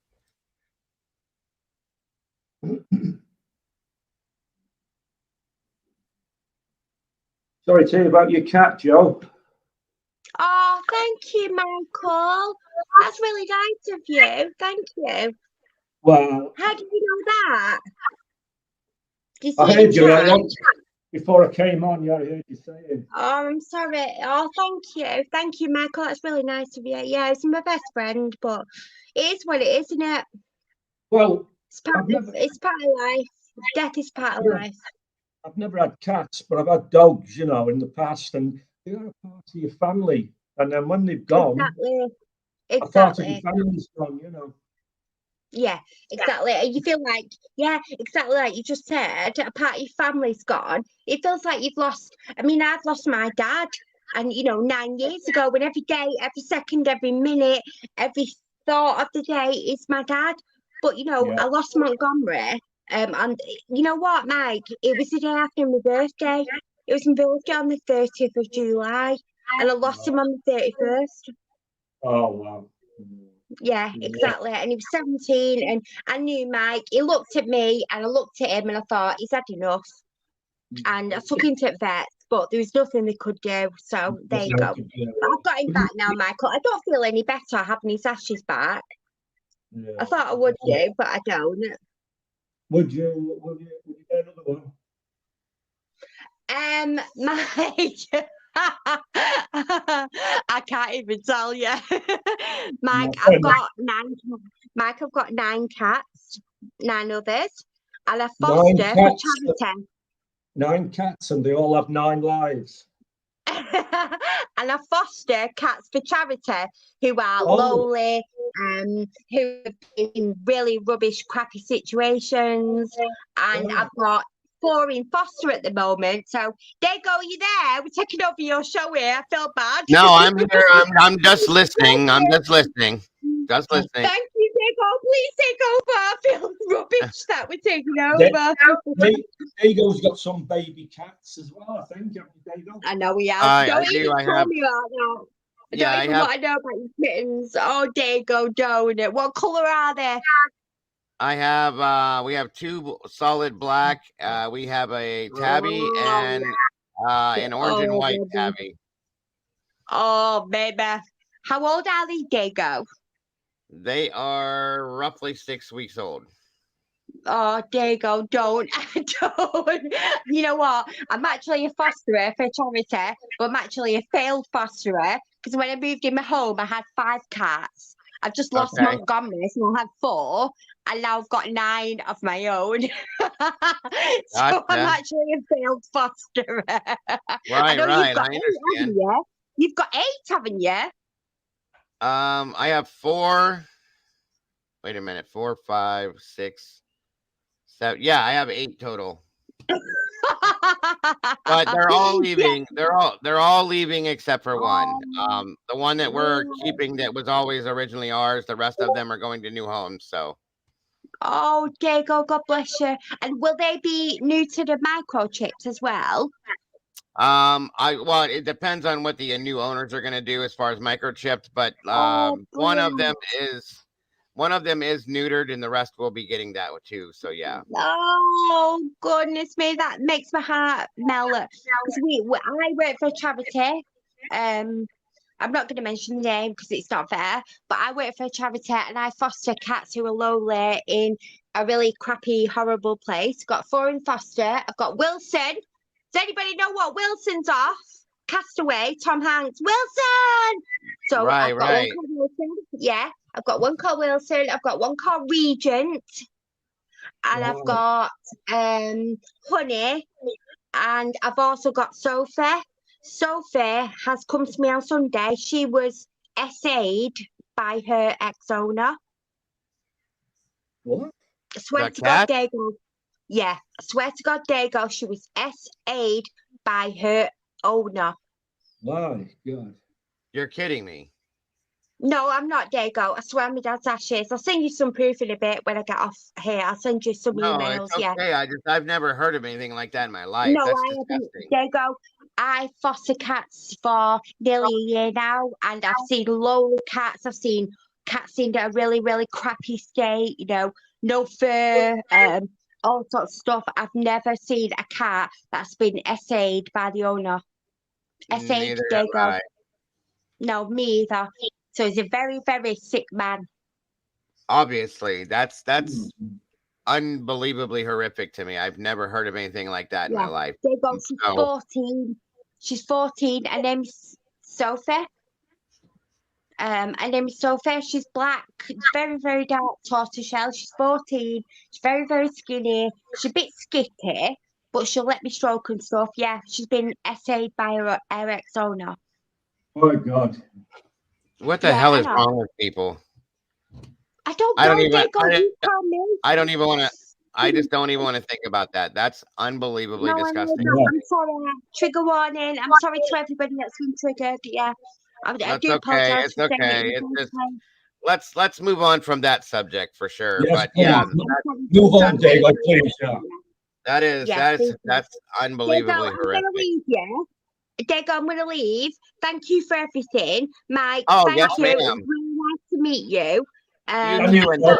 You're welcome anytime, Joe. Thank you so much for joining us today. You know what, Diego? I wanted to ask something because I asked it in Discord before about SKs.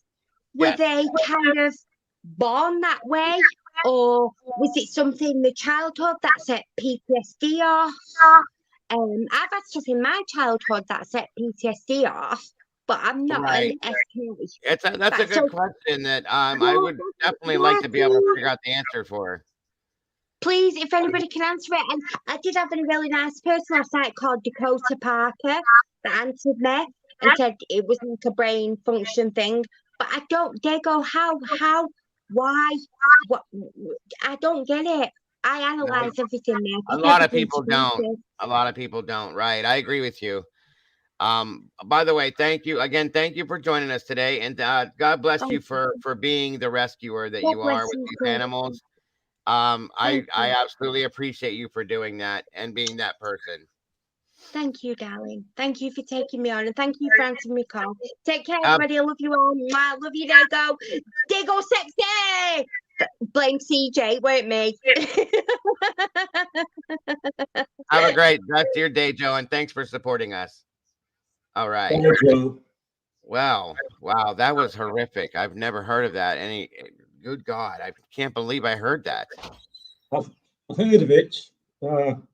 Not with a cat, though. I've heard it with dogs. I have heard it with animal like dogs before, sadly, but never a cat. That's unbelievable. Oof, what the hell is going on with people's minds? But anyway, I'm gonna play this next video here. And again, anybody that would like to jump up here and voice your opinions about this case, please do. You are welcome to. Again, thank you, Joe, for joining us today and expressing your thoughts, opinions on this.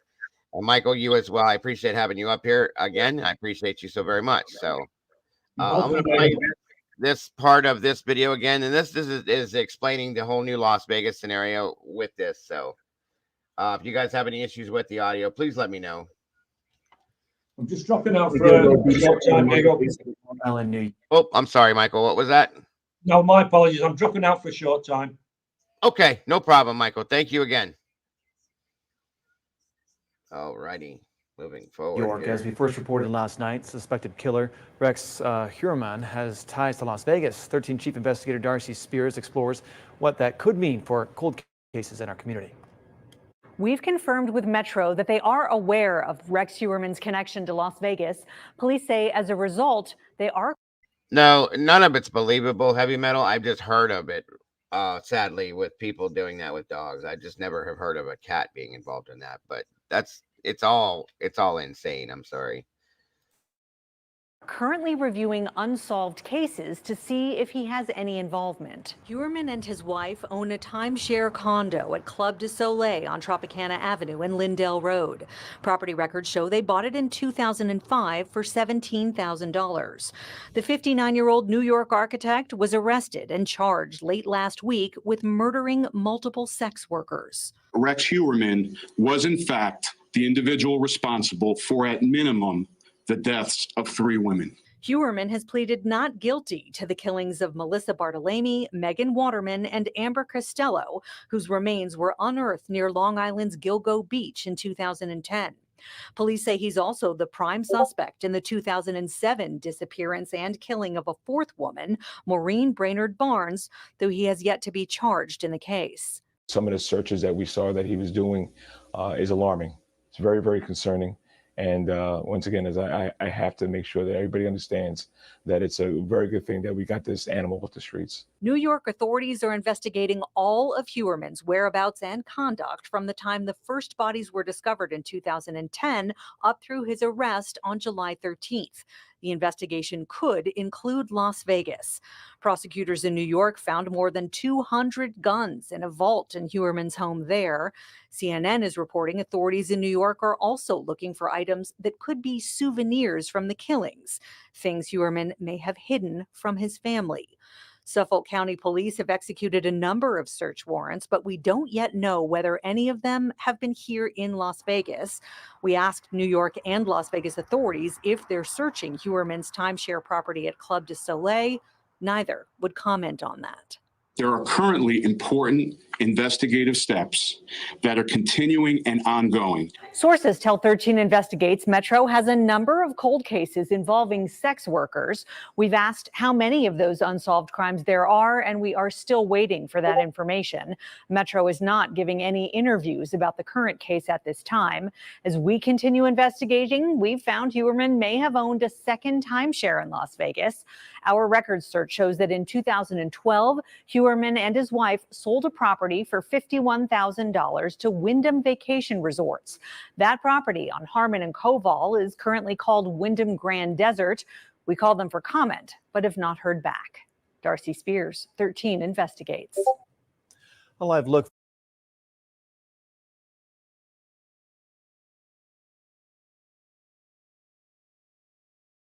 investigators on. All right. Interesting. So, like I said, I have a strong feeling there's going to be quite a few more that are going to pop up. I really do. For sure. All right, here we go. Thank you for that, Mandy Joe. Very much appreciated. One second here. Let's see.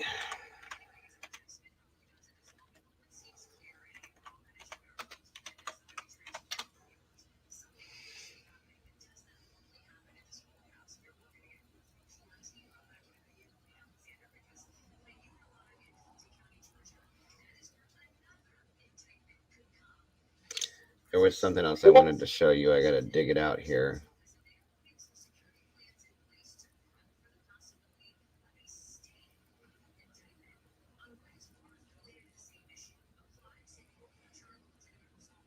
Oh yeah, there was an interview that came out about a woman that had a date with him. One second here. The Beach serial murder case. That was the one that was actually loaded and ready to go. What's up, B Slams? Good to see you, dear. I wanted you guys to see this too. And again, anybody that would like to jump up here and voice their opinions about this, please do so. It is your day to do that. Thank you again, Mandy, for that. We're just seeing. Oh, 1 second. Oh, good to know, Zelda. You can always get rid of it if you don't want to watch it, hon. Sometimes they work, sometimes they don't. Who knows? All right, here we go. Thank you, Miss Heather. I appreciate that very much. And thank you to anybody that has donated to PayPal, Cash App, or the Venmo. It is so very much appreciated. That does keep me coming out to you guys 5 days a week or more. So thank you for that.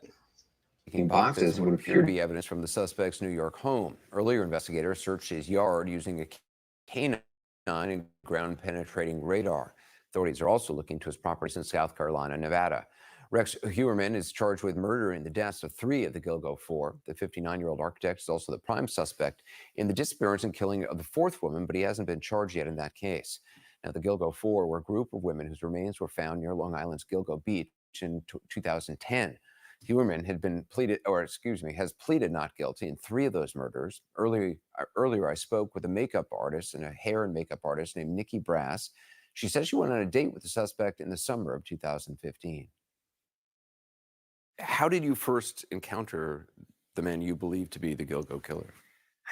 I don't believe it to be him, for one. You're convinced this is him? I am convinced. I am 1,000% sure. So this guy reaches out to you. Did he say immediately he wanted you to come to his house? Yes, but the issue was he lives in Nassau County. Mm-hmm. I can't believe that she went on a date with him. That blows my mind, first of all. But moving forward. And he was in Massapequa. And I'm not familiar with the area, and I'm very locationally challenged. Mm-hmm. Like, I need a GPS to go home, and I could live there for 5 years. Like, I'm bad. So I didn't have friends nearby in case anything happened. So I asked him if he would meet me in Port Jeff at the steam room, because in Port Jeff, it's a small town. That's a restaurant. Yeah. Okay. It's a small town. I knew the area. I had friends locally and people nearby that if something were to go wrong, they could be there quickly. So you do meet with him at the restaurant in Port Jefferson?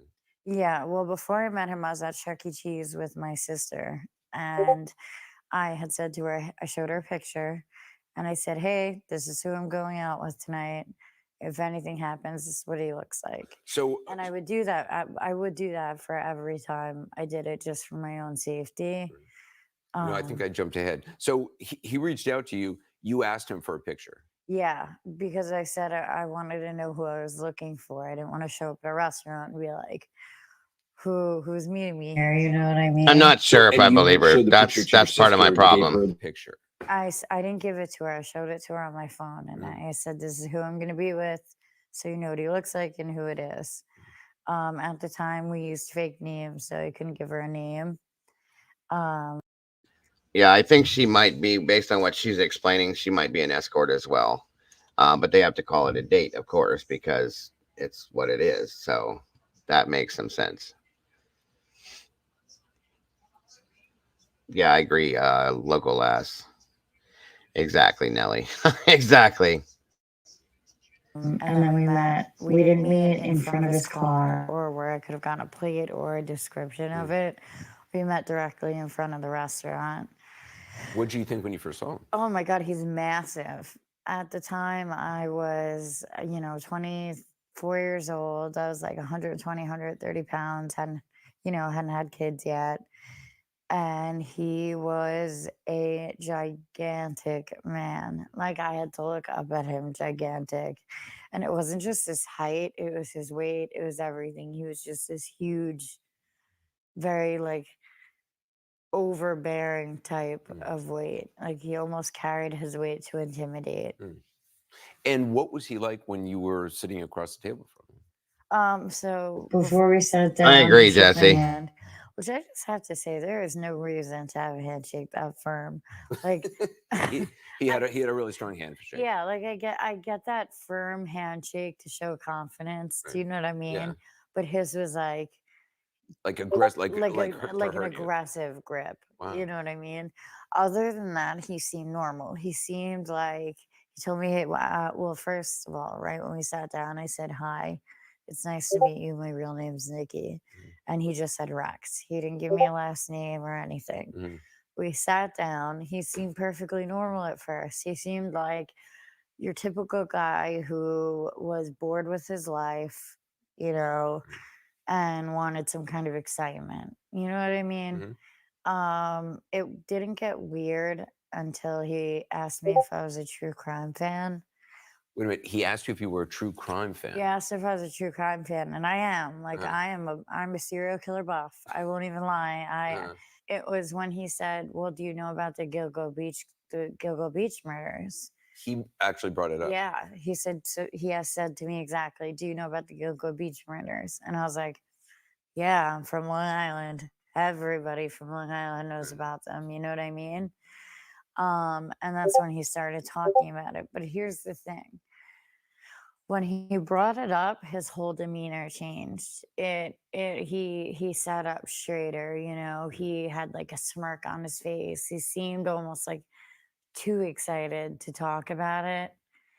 And then once he did start talking about it, it didn't seem like a true crime fan who just knows information they've seen on TV or read. It seemed like somebody who was reliving it. One thing I remember specifically was he said to me, "How do you think they get rid of the bodies without going noticed?" And I said, "I have no clue. I've never been to Gilgo Beach. I don't know the access points. Like, I couldn't tell you anything about it. I have no idea." And he said, "What if they treaded through the marsh with the burlap sacks? You would never see them." He's like, "It's a very dark and desolate area." What happened that day? You decide at some point this is not a good idea. So after he started talking about everything, he ended it with saying, "Oh, I live by Gilgo Beach." First of all, Are you kidding me? I'm not. After telling me all of this, you then tell me you live near Gilgo Beach and it's dark and it's desolate. So that weirded me out enough. And that's where he wanted you to go, to his house yeah. near Gilgo Beach. Yeah. When I wouldn't go with him, that's when he started seeming visually very agitated, almost like I put in all this work. I came all the way out to Suffolk. I took you to dinner. I met you in public. Why are you not going back with me? Like almost like I owed it to him. And that's when he even though he seemed agitated, he used his like weight and size to almost try to intimidate me even more. Thank goodness you didn't. I was terrified. I called somebody to meet me in the parking lot to make sure I got to my car okay. When you saw the news break and you saw his picture, I immediately texted my little sister and told her to go look at the news. And I said I was right. I knew it. Because after that dinner, for years, I'm telling you years, I told everybody, I'm telling you, I went to dinner with the Gilgo Beach killer. I know it's him. I went to dinner with him. And I mean, when he got arrested, my sister recognized him. But not only that, it's hard to forget somebody who's like 6'6", 300 pounds, who's an architect in Manhattan and lives in Massapequa. You know, those are very specific details. So when you saw his image, though, once the news broke, you were like 1,000% that is the guy. I'm so sure I could sit across from him today and I'd be like, I know you remember me. And if you try saying you don't, like, you're lying. Like, I know he knows who I am. And this is an important point. You've changed, your life has changed a lot since then. Yeah. And that's why I came out, and the point I'm making. I don't want to drag my whole history through the mud where everybody knows I'm a former escort or I suffered from addiction or this and that. I want people to realize that I am a mom and a hairstylist and a makeup artist, and I was able to change my life, and these girls weren't. They didn't get the opportunity to get out of that situation. And most people in that situation are vulnerable and desperate and have no other means or outlet or ways to go. And that's one reason perhaps he was targeting Yeah.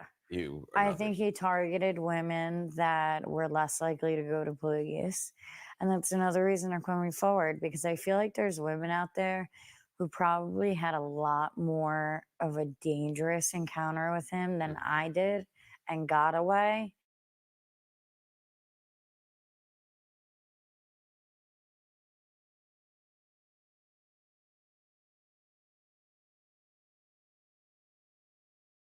Well, how about? I will say that I believe that was 100% legit. Yes, I agree, Chick. Right. It is what it is. I heard that opinionated too.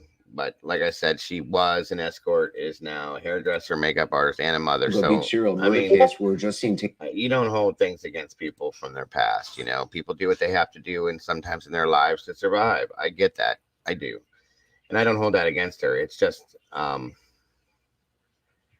this is crazy, really crazy, very much so.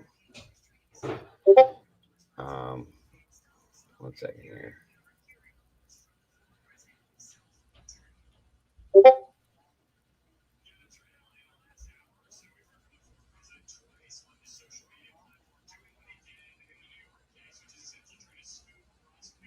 All right.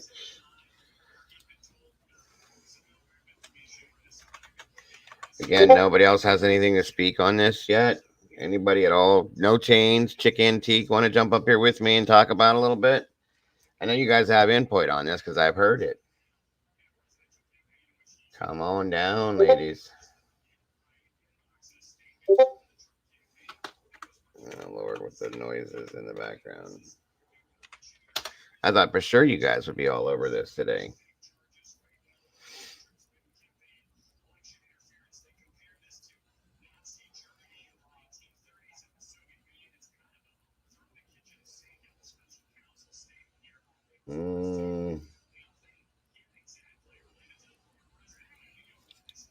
Let's see here.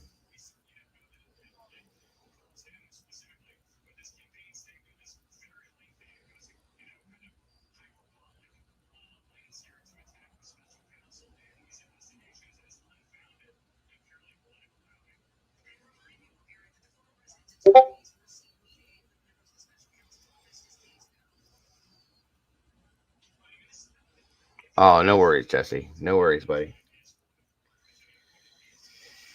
Let's see here.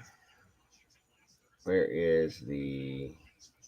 I just downloaded it this morning, actually.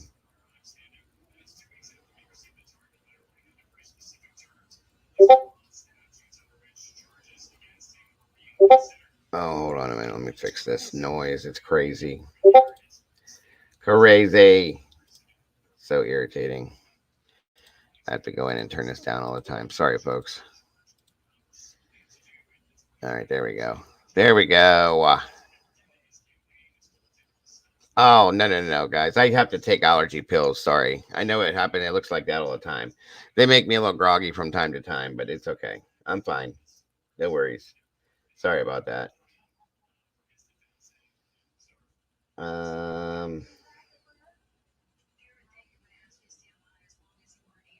We all also have this here I wanted to cover.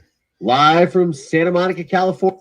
All right, guys. This is in regards to Jane Doe number 7.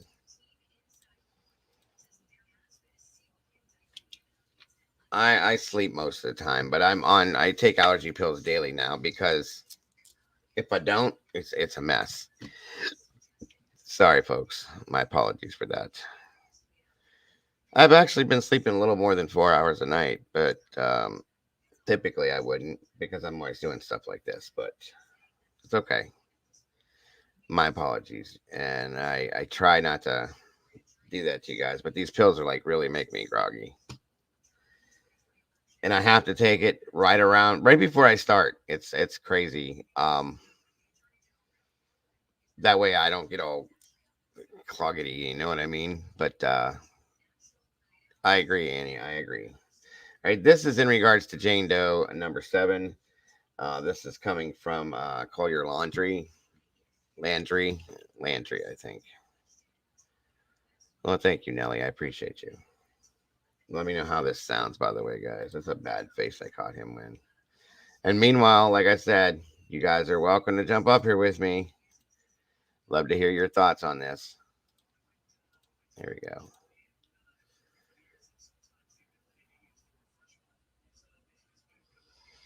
I've always wanted one of those too, William, to make certain things for the toys that I collect. I've heard they're really neat, and love to get a hold of one of those. All right, here we go. It is the show that is always trying to expand its horizons. And today we are doing a special live episode with my dear friend, Jody Weber. We are going to discuss all things Long Island Lisk, Long Island serial killer, Ryan Koberger. Shot to use for the thumbnail. So you said, have you learned nothing from the Barbie movie? That's right. And I taught you a lesson, didn't I? Yes, you did. Yes, you did. But thank you for humoring me. I forgive you. Thank you. I appreciate that. I appreciate that.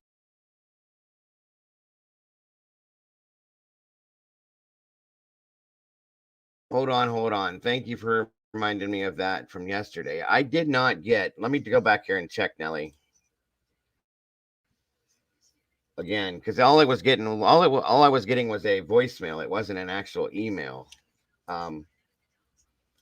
Let me check something though. Thank you so much for reminding me of that.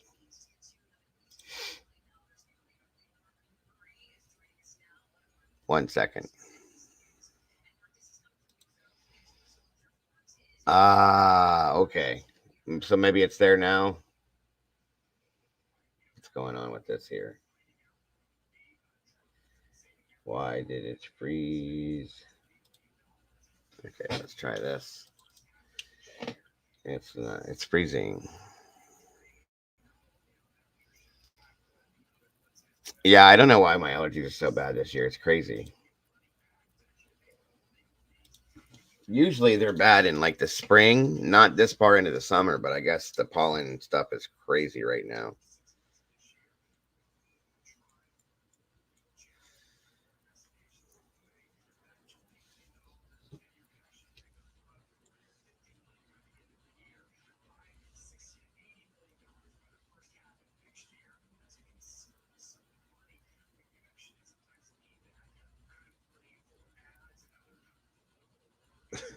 I know, Molly, and it's okay. That's why I turned it down.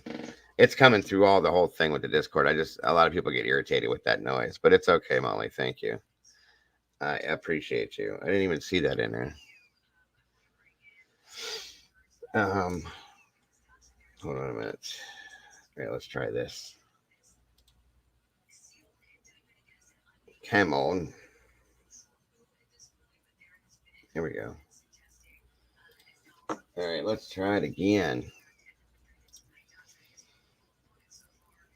Again, if anybody has any emails or anything you wanted me to check out through about this, please feel free to send them anytime. I will get to them, I promise.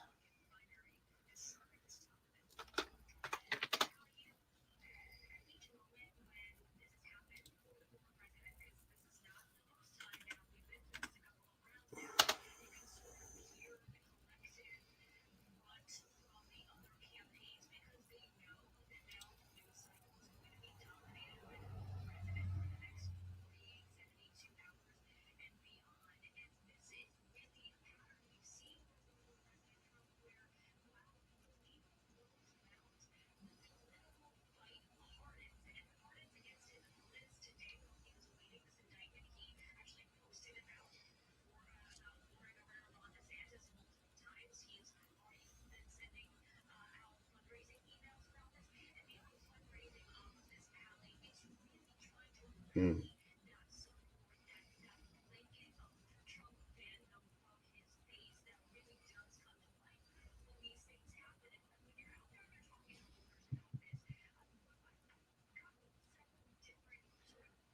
Okay, thank you about that, Nelly. I appreciate you.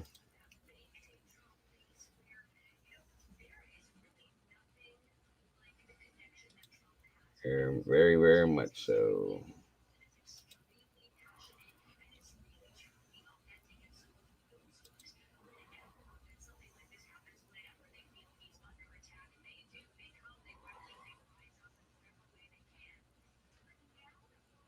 Anytime now. Why will this not load? Sorry, folks. My computer is acting so super stupid today. Oh, here we go. There it goes, finally. Good Lord. Okay, did you send it back through once you spelled it correctly, Nelly? I'm sorry.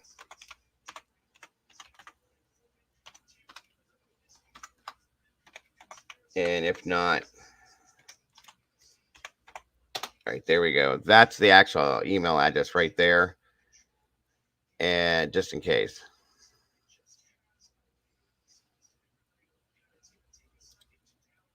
Jay has a great video interviewing Cheryl Mack McCollum and Carrie Rawson in regards to their perspective on. Oh, okay.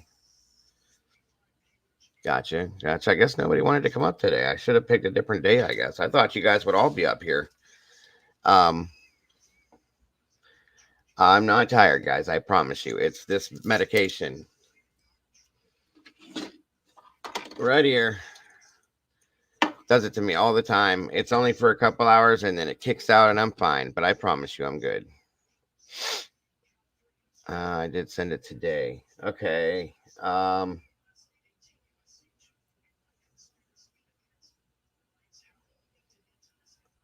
don't see it yet. It's okay though. You were saying Jay. You talking about Jay for Justice or somebody else, Mandy? I can bring that up for you guys too if you want to see that. I just thought you guys would be up here talking about this all day, but that's okay. I understand. Not a big deal. It's from Pally and that would be why. Okay.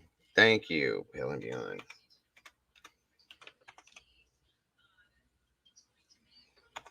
Thank you, Nelly.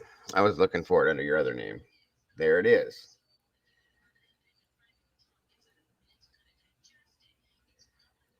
I think.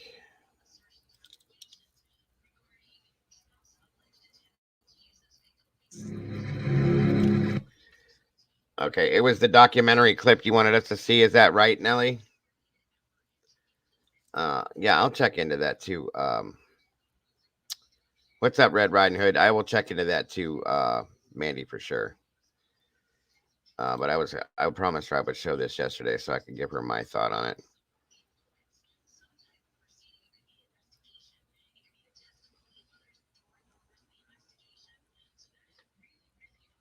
Yeah, I know, Carolyn. I know. I know so much. All right, here we go. Let's check this out, folks. I'm curious to see this too. This is in regards to she was explaining the Craigslist killer. It's a documentary clip, and she swears up and down that she sees Rex Heuermann in the background. I'm kind of curious, folks.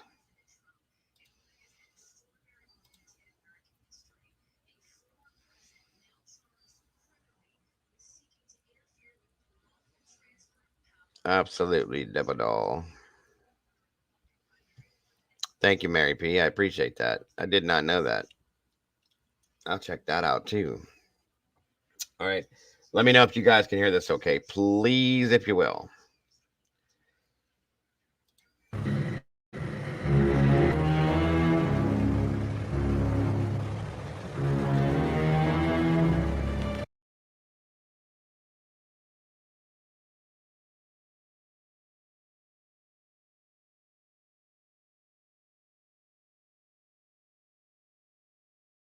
All right, this is where I'm guessing the timestamp is what you're talking about, Heather. Okay, thank you for that. 21:45. Okay, good stuff. All right. Oh, wait a minute. What the heck just happened?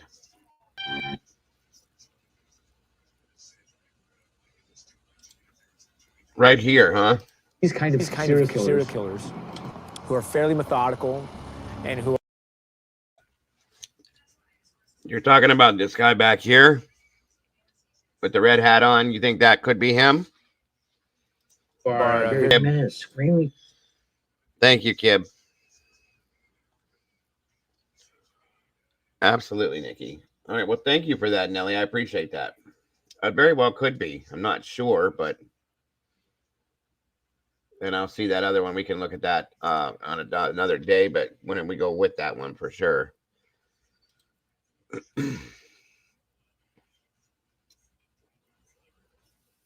In this clip, full documentary details use section 9. So there's the guy. Oh, yeah. I got you. Okay. Thank you very much, Nelly, for that. I appreciate you very much. What do we got here? Okay. 1 second.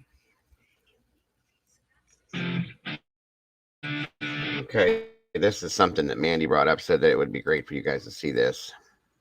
So since nobody's jumping up right now, I guess we can check this out. Thank you, Mandy, for that. I appreciate you, hon. Definitely interesting, Nelly. Definitely interesting theory for sure. All right, moving forward.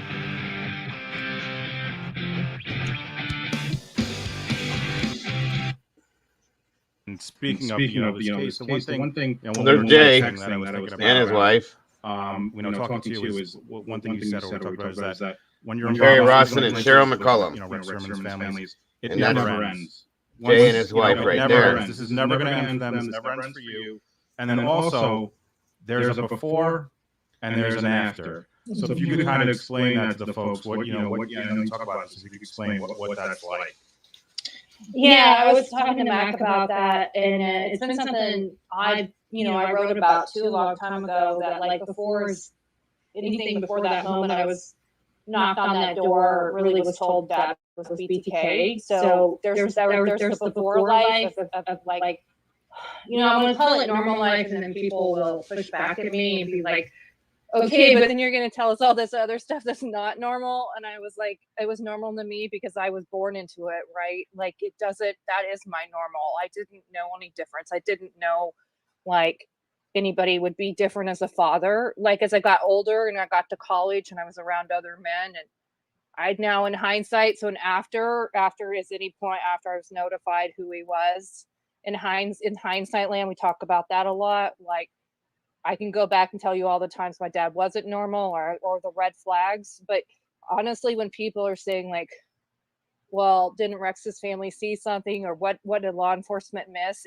Unless you told me that 5 minutes before Rex was arrested on Thursday, I'm not really going to buy it. Especially like, oh, I knew. And I'm By the way, for those of you that don't know, this lady right here is the BTK killer's daughter.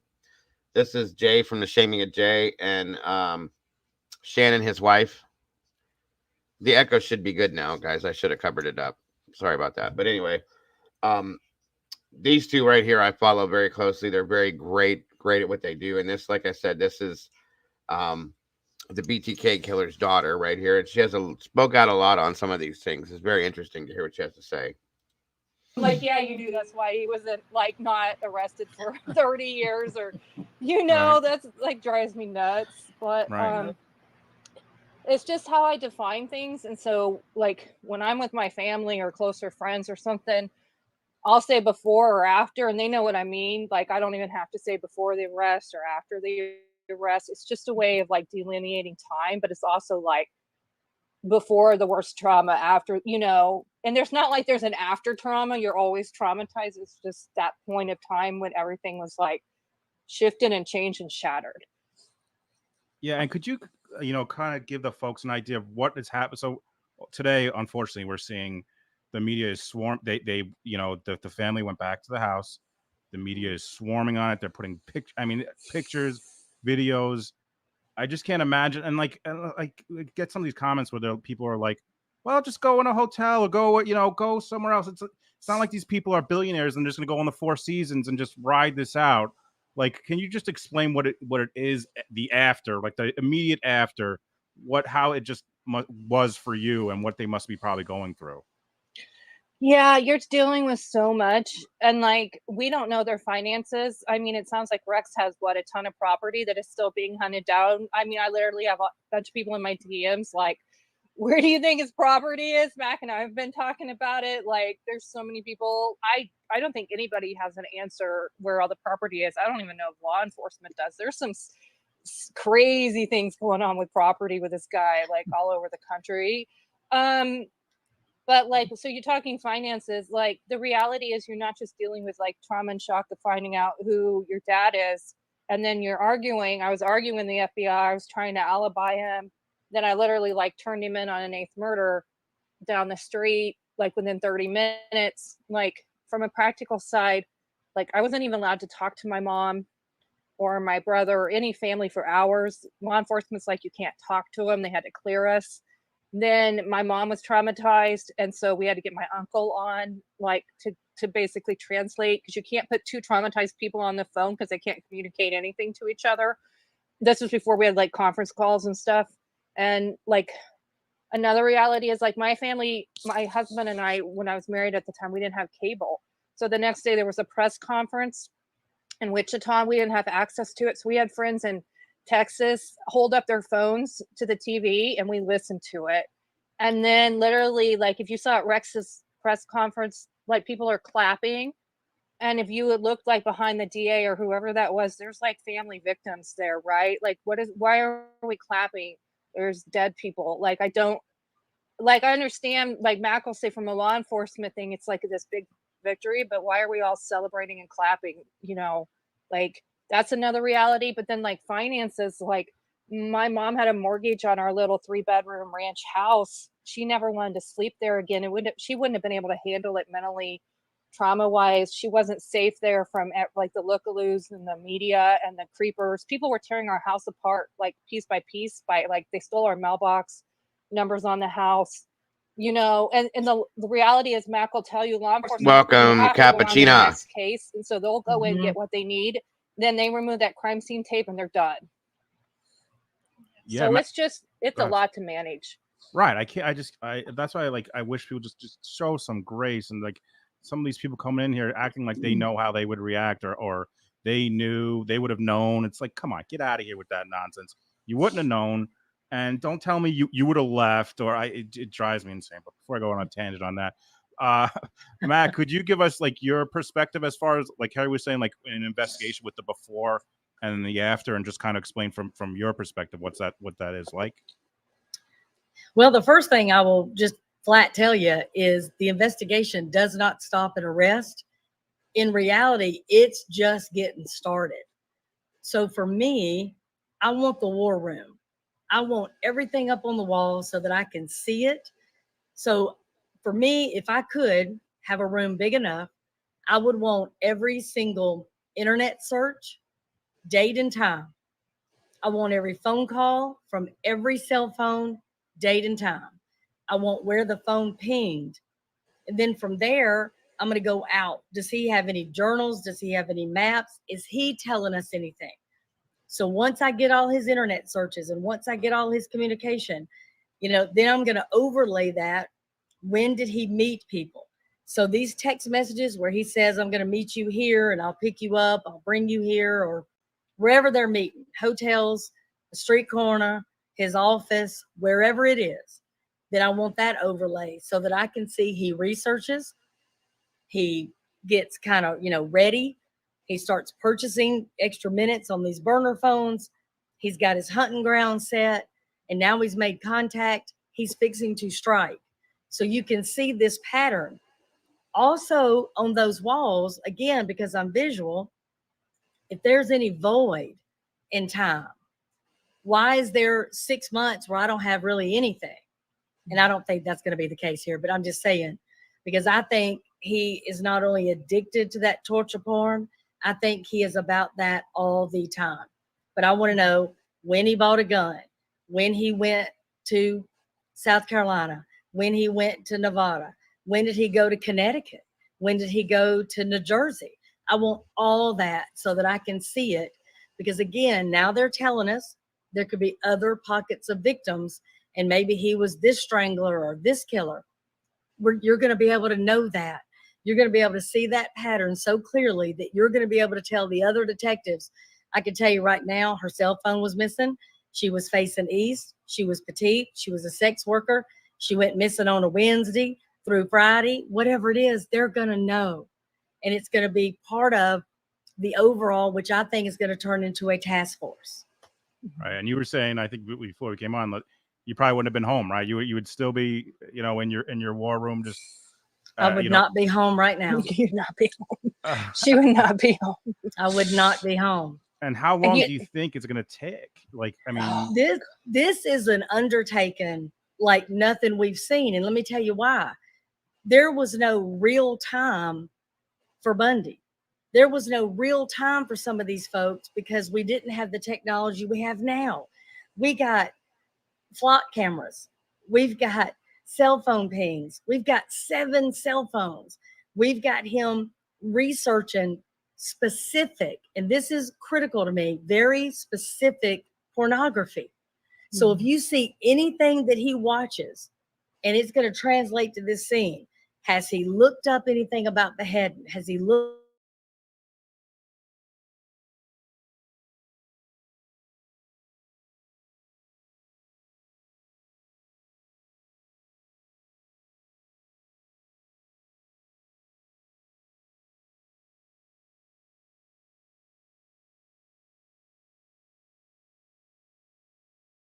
Be a petite, effeminate male, right? Did he research that before or after he went missing? Before or after he was found? The other. And that's a good point. Was that something that he researched before he found that the Asian man and went looking for him, or was it something that he experienced by contacting an escort, didn't necessarily get what he was expecting, and then was pleasantly surprised possibly, and researched it after the fact? And it all goes back to his mindset, okay? And I do agree with that 100%, that that's going to be very important in this sense, because then it's going to show us a pattern or possible patterns in the way he did this. There's a lot of these little things, guys, that are so important to throw in here. Mac is very good at pointing these things out. Of course, Carrie Rawson knows these things because of who her father was, and she's done a lot of other things with these. And of course, you gotta give it to Jay and Shannon. They're amazing. Everything they do is great. So this is very, very informative. And I love this, Mandy. Thank you for pulling this out. Very much so. Great moderators I have, guys. Great moderators. The thing that's going to be critical, he was wearing women's clothing. Well, I got 2 questions. Whose clothing was it? Think about it. We don't know, because all the other victims were nude. Did he make that person wear another victim's clothing? So we want to cross-check. What was everybody wearing the last time they were seen? Just saying. You want it on the wall. You want to be able to see it. right. And go ahead, Carrie. Sorry. Oh, I was just going to say, with my dad, we're looking at some cold cases, and I can't really go into too much detail here. I can send Jay and Shannon the links if they're interested after this. Yeah, for sure. So you can share with the community, and I'll come back later when I can. But we're finding with my father, like, he stole, so he would do breaking and enterings a lot of times and steal clothing potential victims. Like, he would troll and stalk. So he was doing this in person versus say electronically. Hey, Coral Beauty, good to see you, dear. Age time, and I think my dad would have adapted and become more like Rex of what we see now if my dad hadn't been caught. But we're seeing where he possibly moved clothing around or even removed them from a victim and then put them on another victim. And then my dad is well known publicly for taking victims' clothing and then wearing them post murders and recreating crime scenes with Polaroids. My dad had this whole insane setup with Polaroids. Like, it's the most crazy thing. Like, when Mac is talking about these guys, she said, and if Phantasmic, what's up? Full-time serial killers, like, they're full-time porn bunnies. For like, This is gonna sound really inappropriate, but this is a good place to say it. Like, there wasn't any sort of porn out there that was enough for my father, so he recreated his own. Literally, he made like his own porn. That's the level of like insanity. Like, my dad carried note cards around in his pocket. He cut like pictures of just people out of like the JCPenney catalog, and he had them in his note cards, and he carried them in his compliance pocket up to the day he was arrested.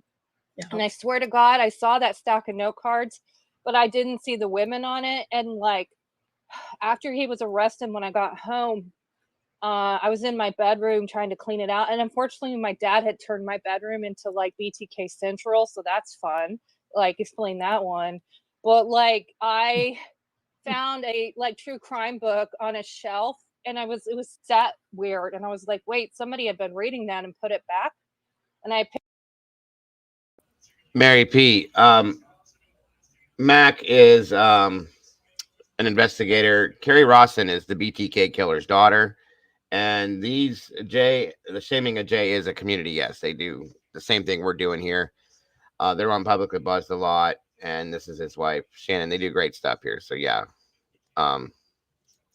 Picked it up, and this little old census business card fell out. My dad was using those cards. So here you're talking about Rex being a keeper. My dad worked for the census in 1990, and he was still using the business cards in 2005 for notes. It's a good question, And Michael. I turned it over, and it had an MO, and he was coming up with MO ideas of murders.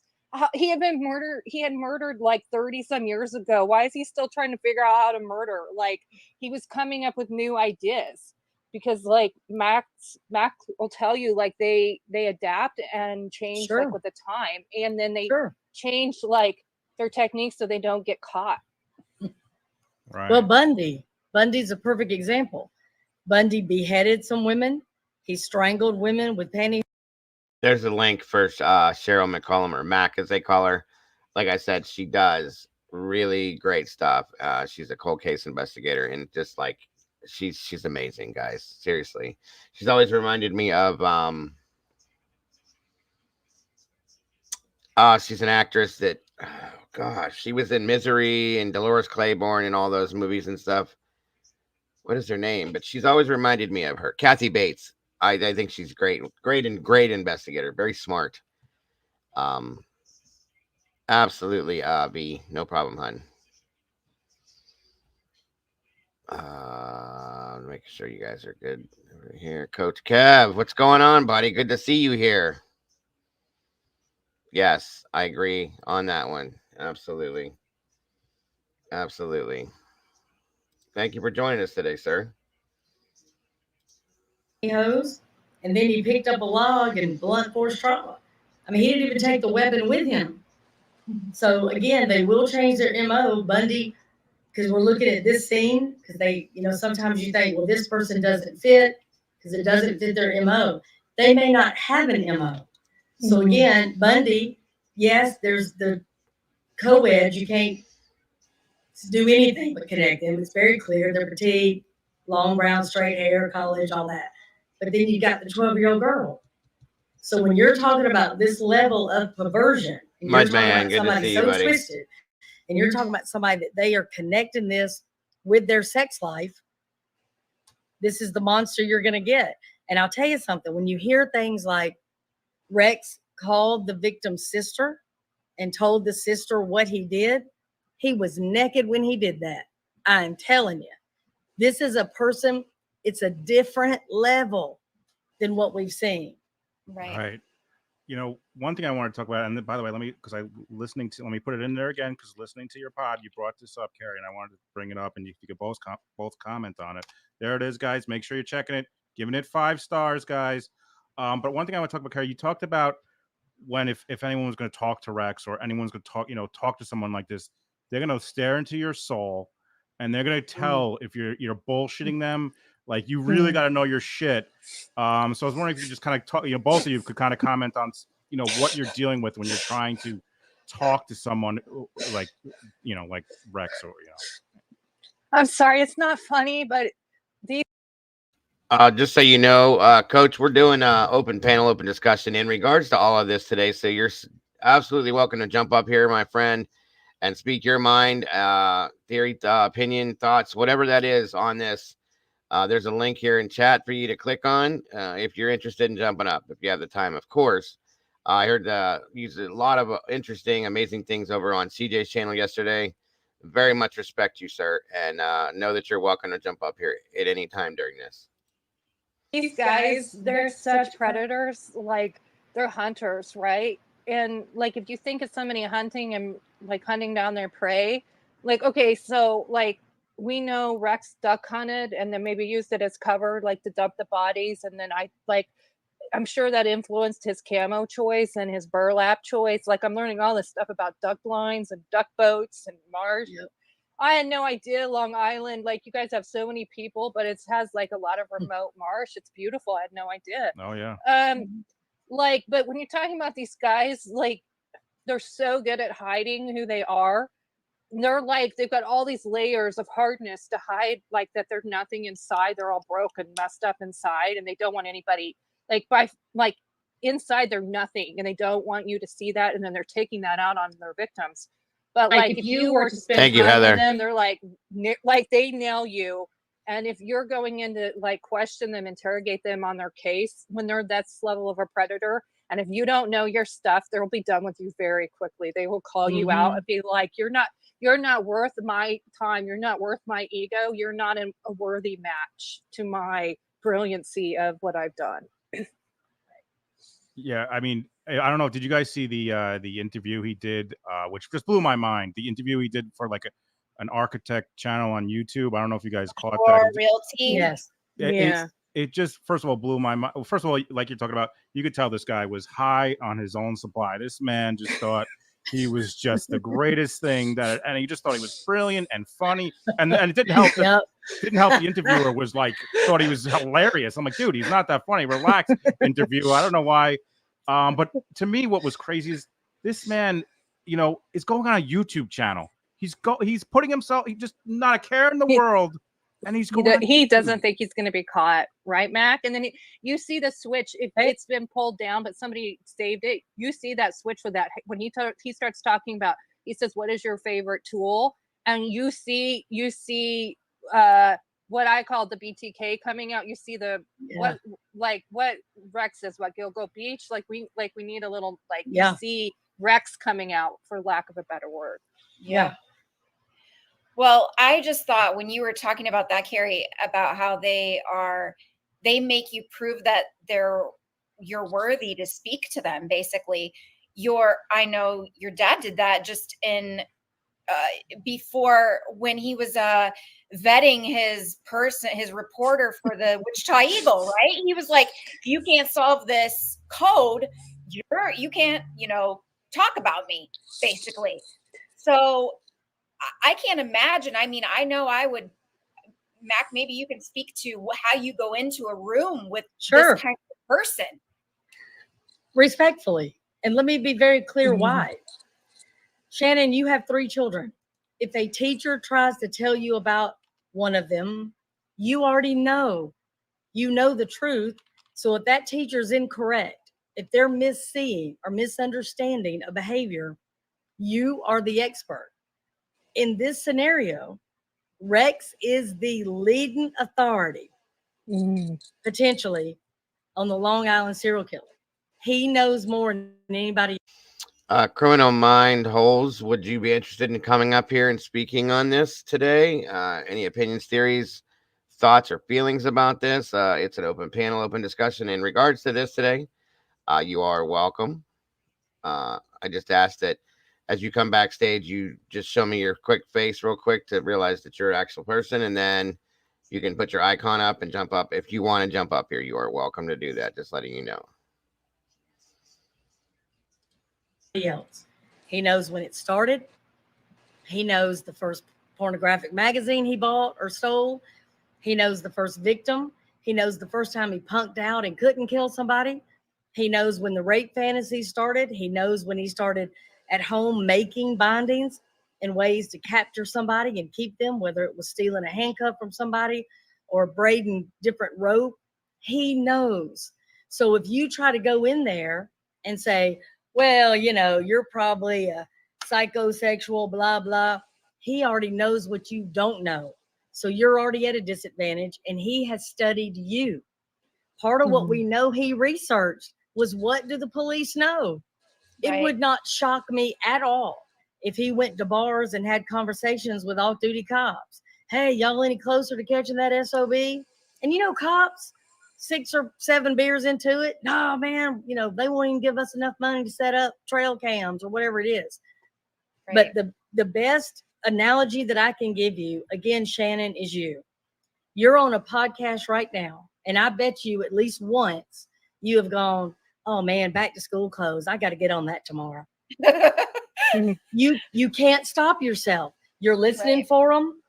I know they didn't just break something when I'm on camera, right? Oh, so yeah. You're aware when you go to the grocery store. Oh, I better get something for breakfast, and oh, they would love this, and I'm going to go ahead and get some ice cream. Whatever y'all are doing, you are constantly thinking about your children. You can't stop yourself. You're at a red light. You're thinking about them. I got to wash those clothes. I've got to get back in time. One of them doesn't really feel good. I want to check on them. I'm going to stop and get some Gatorade just in case. It is constant. That is Rex. If he's not driving around hunting, he's fantasizing about what he's going to do to somebody. He's watching porn on his phone. He's watching porn on his computer. He is driving off, sitting in his car, masturbating. This is what he does 24 hours a day. There ain't no part-time serial killer. Trigger warning. No, and the crazy thing with my dad is, well, first off, we would be driving somewhere to go fishing, and I'm a motor mouth. Anybody that's spent 5 minutes with me knows that. And he would be like, tell me to be quiet, probably because he was trying to fantasize about something or enjoy his peace and quiet being BTK in his head. And he's like, okay, that's enough of you over there with your mouth. Or it's just a normal dad, right? It could be either or both. It could just be being dad, like, will you quiet down and stop talking? Yeah, the thing is, when Mac and I were talking about these guys being a full-time serial killer, the reality is, for my dad, he was like a full-time dad. He held a good job. He was community leader, Boy Scout leader. He was a full-time everything. I don't even and he didn't have 5-hour energy, right? He didn't have any kind of pills. He barely ever even touched alcohol because he didn't ever want to be put in a situation where he was going to run his mouth. He would drink Coors, and that's it, maybe one. He was always constantly aware of himself, and so he had to have emergency surgery twice. He had to have his gallbladder out. Well, that was emergency, and then he had to have the stomach procedure done. And as soon as he woke up, My email address is right there at the bottom of the chat. Criminal Minds. Did I say anything? And then in hindsight, we're like, fantastic dad. Literally, he was so aware of who he was when he woke up. He was like, did I say anything while I was under? Right. You're like, yes, that's the one. That man, he would not. Welcome, Coach Kev. How are you, sir? Hi. Hey, everybody. How are you? Thanks for having me up. Absolutely. I love your t-shirt. I haven't seen one of those in a long time. So you from around where I am then? You heard of Hills? I went, my wife worked there when we were right out of high school. Yes, sir. Awesome. My girlfriend got me this shirt. It was an old store, for those of you who don't know, that it was before Walmart and Target, the Kmart, all that. Yeah, we had, I think we had, I'm in Ohio. And we had one in Champion, Ohio. We had one in Niles, Ohio, and we had one in Austintown, Ohio. So yeah. Awesome. Yeah, I'm from near Pittsburgh, and we had them. And the employees at Hills were nice, not like the employees at some other stores now. But I used to love Hills. You walk in the front door, and you could get a bag of popcorn and a slushie, do your shopping, and do all that stuff. Not to get off topic, but there's a food truck around here that has Hills food. And they have a schedule that they go on. Look them up on Facebook. Yeah. Really? The pretzels and the slushy. Yeah. That's awesome. I'll have to check that out. I love that. Oh. But yeah, welcome. Absolutely welcome. Good to have you here, sir. I was listening to you yesterday. Me and CJ are pretty close, and you guys were on the panel last night. I was listening before I had to take off, but I loved hearing what you had to say. So it's wonderful to have you up here. Absolutely. Yeah. They turned me onto your channel through CJ and I think Jinx and other people. And so you were a firefighter or a medic too or something? Yes, sir. Yes, sir. 17 years. Oh, wow. Excellent. I'm in my 22 and a half, and it's a town called McKeesport.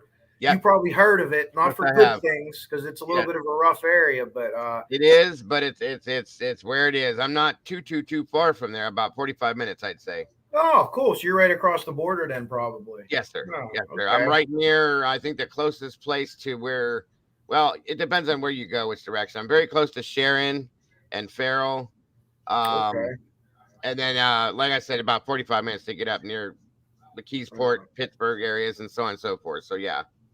We have our Western District meetings for our state firefighter association in Sharon. They always end Okay. up going to the original Quaker Steak and Lube up there. Yeah. Get Yeah. some wings or whatever. Right. Yeah, I did it for 17 years.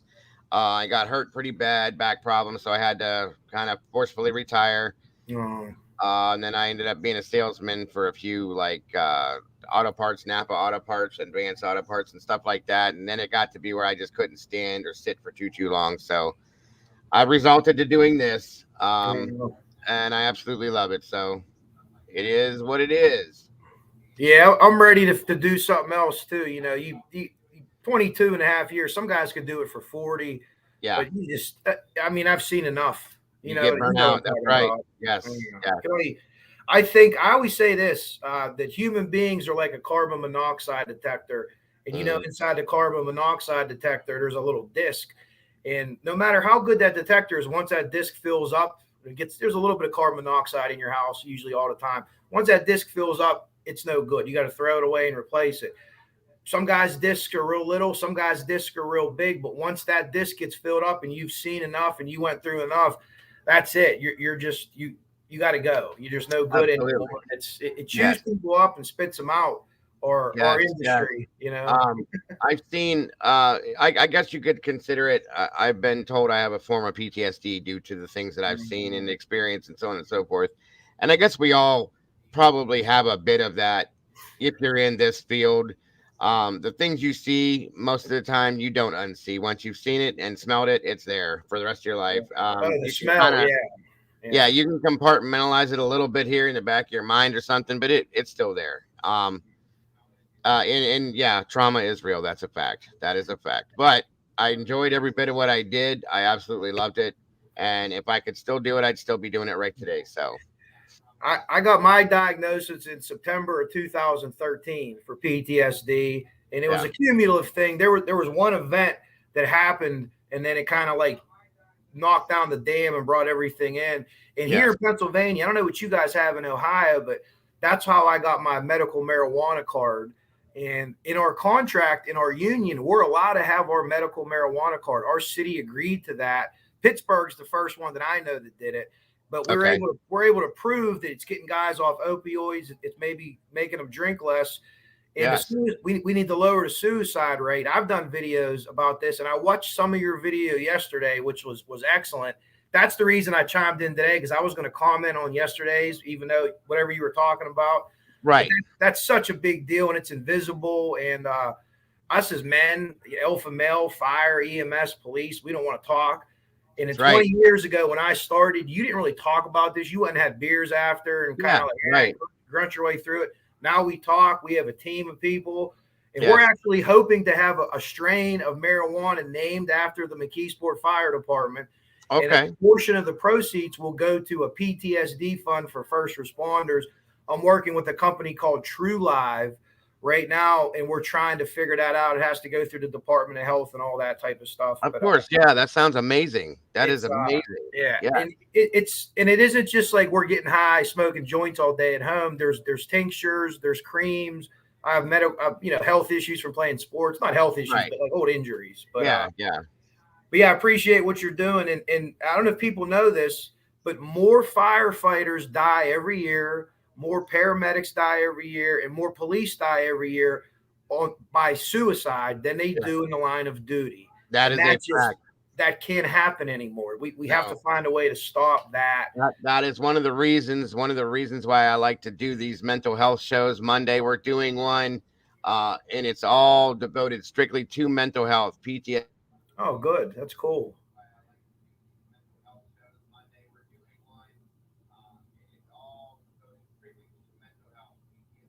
internet's doing a little thing. There we go. I will be doing them. I'm saying I'm going to go every 3 months now rather than just twice a year because it's a big deal. It's a big problem. It's a big deal, and it needs to be more awareness needs to be put out about mental health, and there needs to be more resources and facilities put in place to help deal with these things because you guys, it's not just people that are born that way. It's not just people that become that way. It's everyday people you pass on the street. Firefighters, paramedics, doctors, nurses, police officers, steel workers, all of it. People, it's everyone. We all have the option to have this, and we all need to know how to deal with it. So that's why I'm doing the mental health shows that I am and devoting an entire full show to that scenario and giving people resources, phone numbers for resources and ideas and things and people. We're going to have Draw Latina's going to be joining us. She's a doctor. She'll be joining us that day with a couple other people I'm working in right now to just talk about what it is that needs to be talked about and to give everybody the option and to feel comfortable to do that because that's what this is all about. You have to be able to feel comfortable and to be able to just know that other people want to hear what you have to say and other people are going through what you're going through. It's not just you. It's not just me. It's not just Coach Kev. We're all here and we all can go through that at times, folks. And it's okay. It's not a bad thing. It's not a stigma. It's not any of that. It's okay. And there's other people that will be here to talk to you about it. So, yeah, two of the things that I learned was it's okay to not be okay, and Yes. don't hoard the trauma. And my thing always was like I would tell my girlfriend, I don't want to tell you what I saw because I don't want to unload that on you. Right. But you have to unload that, and that's why those people were there. And let's be honest, women are probably tougher than men in the long Absolutely. run, right? 100%. Yes, sir. So they want you to. So if you're a guy or even if you're a girl, you need to tell your husband or boyfriend or girlfriend or whatever you have to share that. Yes. Because, Yeah. And I didn't. You're right. And here, a perfect example. I think I told you guys about this. I was watching a movie with my wife one day and my son, my youngest child. And in the movie, it was just a fiction movie. You know, in the movie, a gentleman physically caught on fire and ran out of a building burning. And I don't know what happened. I've never had it happen before. Something snapped at me and I started bawling like a baby and like kind of curled up. And I'm like, I can't watch this. I don't know what's wrong. And I was shaking. It was so weird. I've never had that happen to me in my life. And she's like, what is wrong? What can I do? What's the matter with you? I don't understand this and that. So, of course, I see a counselor once a month because of this. It's gone down to just once a month. And I've been doing it for years. But when I spoke to that person, they said that is a rail from PTSD. That's what happens. It has these effects on people when you don't even. I said, but I was just watching a movie and I've seen Friday the 13th and Nightmare on Elm Street and Halloween and this and that. And she said, it doesn't mean anything. That one specific moment, something was in your mind that flipped that switch, and that's what happened. And it's okay. It's okay to have that happen, you guys. There's nothing wrong with that, okay? And that's why I do what I do and speak to who I do. And that's why this kind of stuff right here helps me. And when I don't do this, it makes me feel like I'm missing something. So absolutely, it's normal. And a lot of people go through this. So, I never had told my wife about my experiences because like you said, I don't want to put that on somebody. I don't want to come out here and tell you guys these things because they're horrible. Some of the things that we've seen are horrible. Okay. And you cannot unthink that. And to put that on somebody else that has not ever experienced that, nobody wants to do that to anybody. Nobody. So that's why we don't. And that's why I didn't with my wife. So eventually I had to tell her I've experienced this, and this, which could have triggered this, and that. And therefore now she knows that, you know what I mean? And it definitely helps in that scenario. If there is another experience that happens, she knows how to deal with that. Yeah, and they have their own coping skills. Your significant others in your family learn that. And you mentioned the smell. What I didn't realize is your memories are attached to your olfactory, like your sense of smell. Right. So Yeah. you have triggers. And we started talking about this at work, and guys who I didn't even think had an issue at all. These are guys that they seem to carry tragedy, and it's like, okay, just move on to the next call. They started talking about their triggers. Mine's gasoline in like fall damp nights, right? So when that happens, I get the smell and you lose control. And I would always get angry, like mad, like what's wrong with me? You know, and that's like, And that's I found out. I told my person that I talked to, my therapist, that I'm like a raging berserker. And like, she's like, listen, that's almost the normal reaction for someone like you. Like, I'd almost expect you, because here you have control of everything, and now you don't even have control of yourself, and you have these emotions, and everyone's looking at you like, what's wrong with you? But if you would have told them before, you let them in on it earlier, they can give you things to help you with different coping skills, and that they've learned stuff, Yes. Too. So it's all, we've come so far. We got so far to go, but we've come so far. Absolutely. Because like you said, 17 years ago when I got into this, I would have never, and that's not been that long, 17 years. I would have never imagined, first of all, going through this. Second of all, being able to sit here and talk to somebody else about it. And being able to get treated for something like that either. It just is not something you think is there when you get started in your life. You know what I mean? Yeah. So yeah, absolutely. But yeah, Monday, we're definitely going to be dealing with that, talking about all that kind of stuff and giving everybody the option to do that as well. And giving some, Draw Latina will be in here and offering her services in some senses in that sense. So it's going to be a great show. But today, I mean, I know that you're very involved in this case as well. Mm-hmm. And I was, since you're up here, I'm giving everybody the option to come up here and speak their mind, opinion, theory, thought, and feeling on all of this. So it's wonderful to have you here. And if you'd like to talk about it, let's do that. Yeah, I'll give you like a brief synopsis here of what I think is going to happen, or we kind of already know like what happened. Like, law enforcement put out details, and we know that there's three charged, or he has three charges: Megan Bartholomew, Megan Lauderman, Amber Costello, and they all were victims of I don't know. I was working with CJ last night, and you could say some things and you can't. They were victims of choking, let's say. Yeah, and then the other girl that I think is definitely going to be attached, Maureen Brainerd Bard's, also victims of that. Now, a lot of the other girls, there's pieces, there's dismemberment and stuff like that, and it doesn't mean that the same person couldn't have done the same things. They'll change on occasion. They'll change MO. They'll do different things like that. But I just have a feeling. This is my gut feeling, and this is what I think.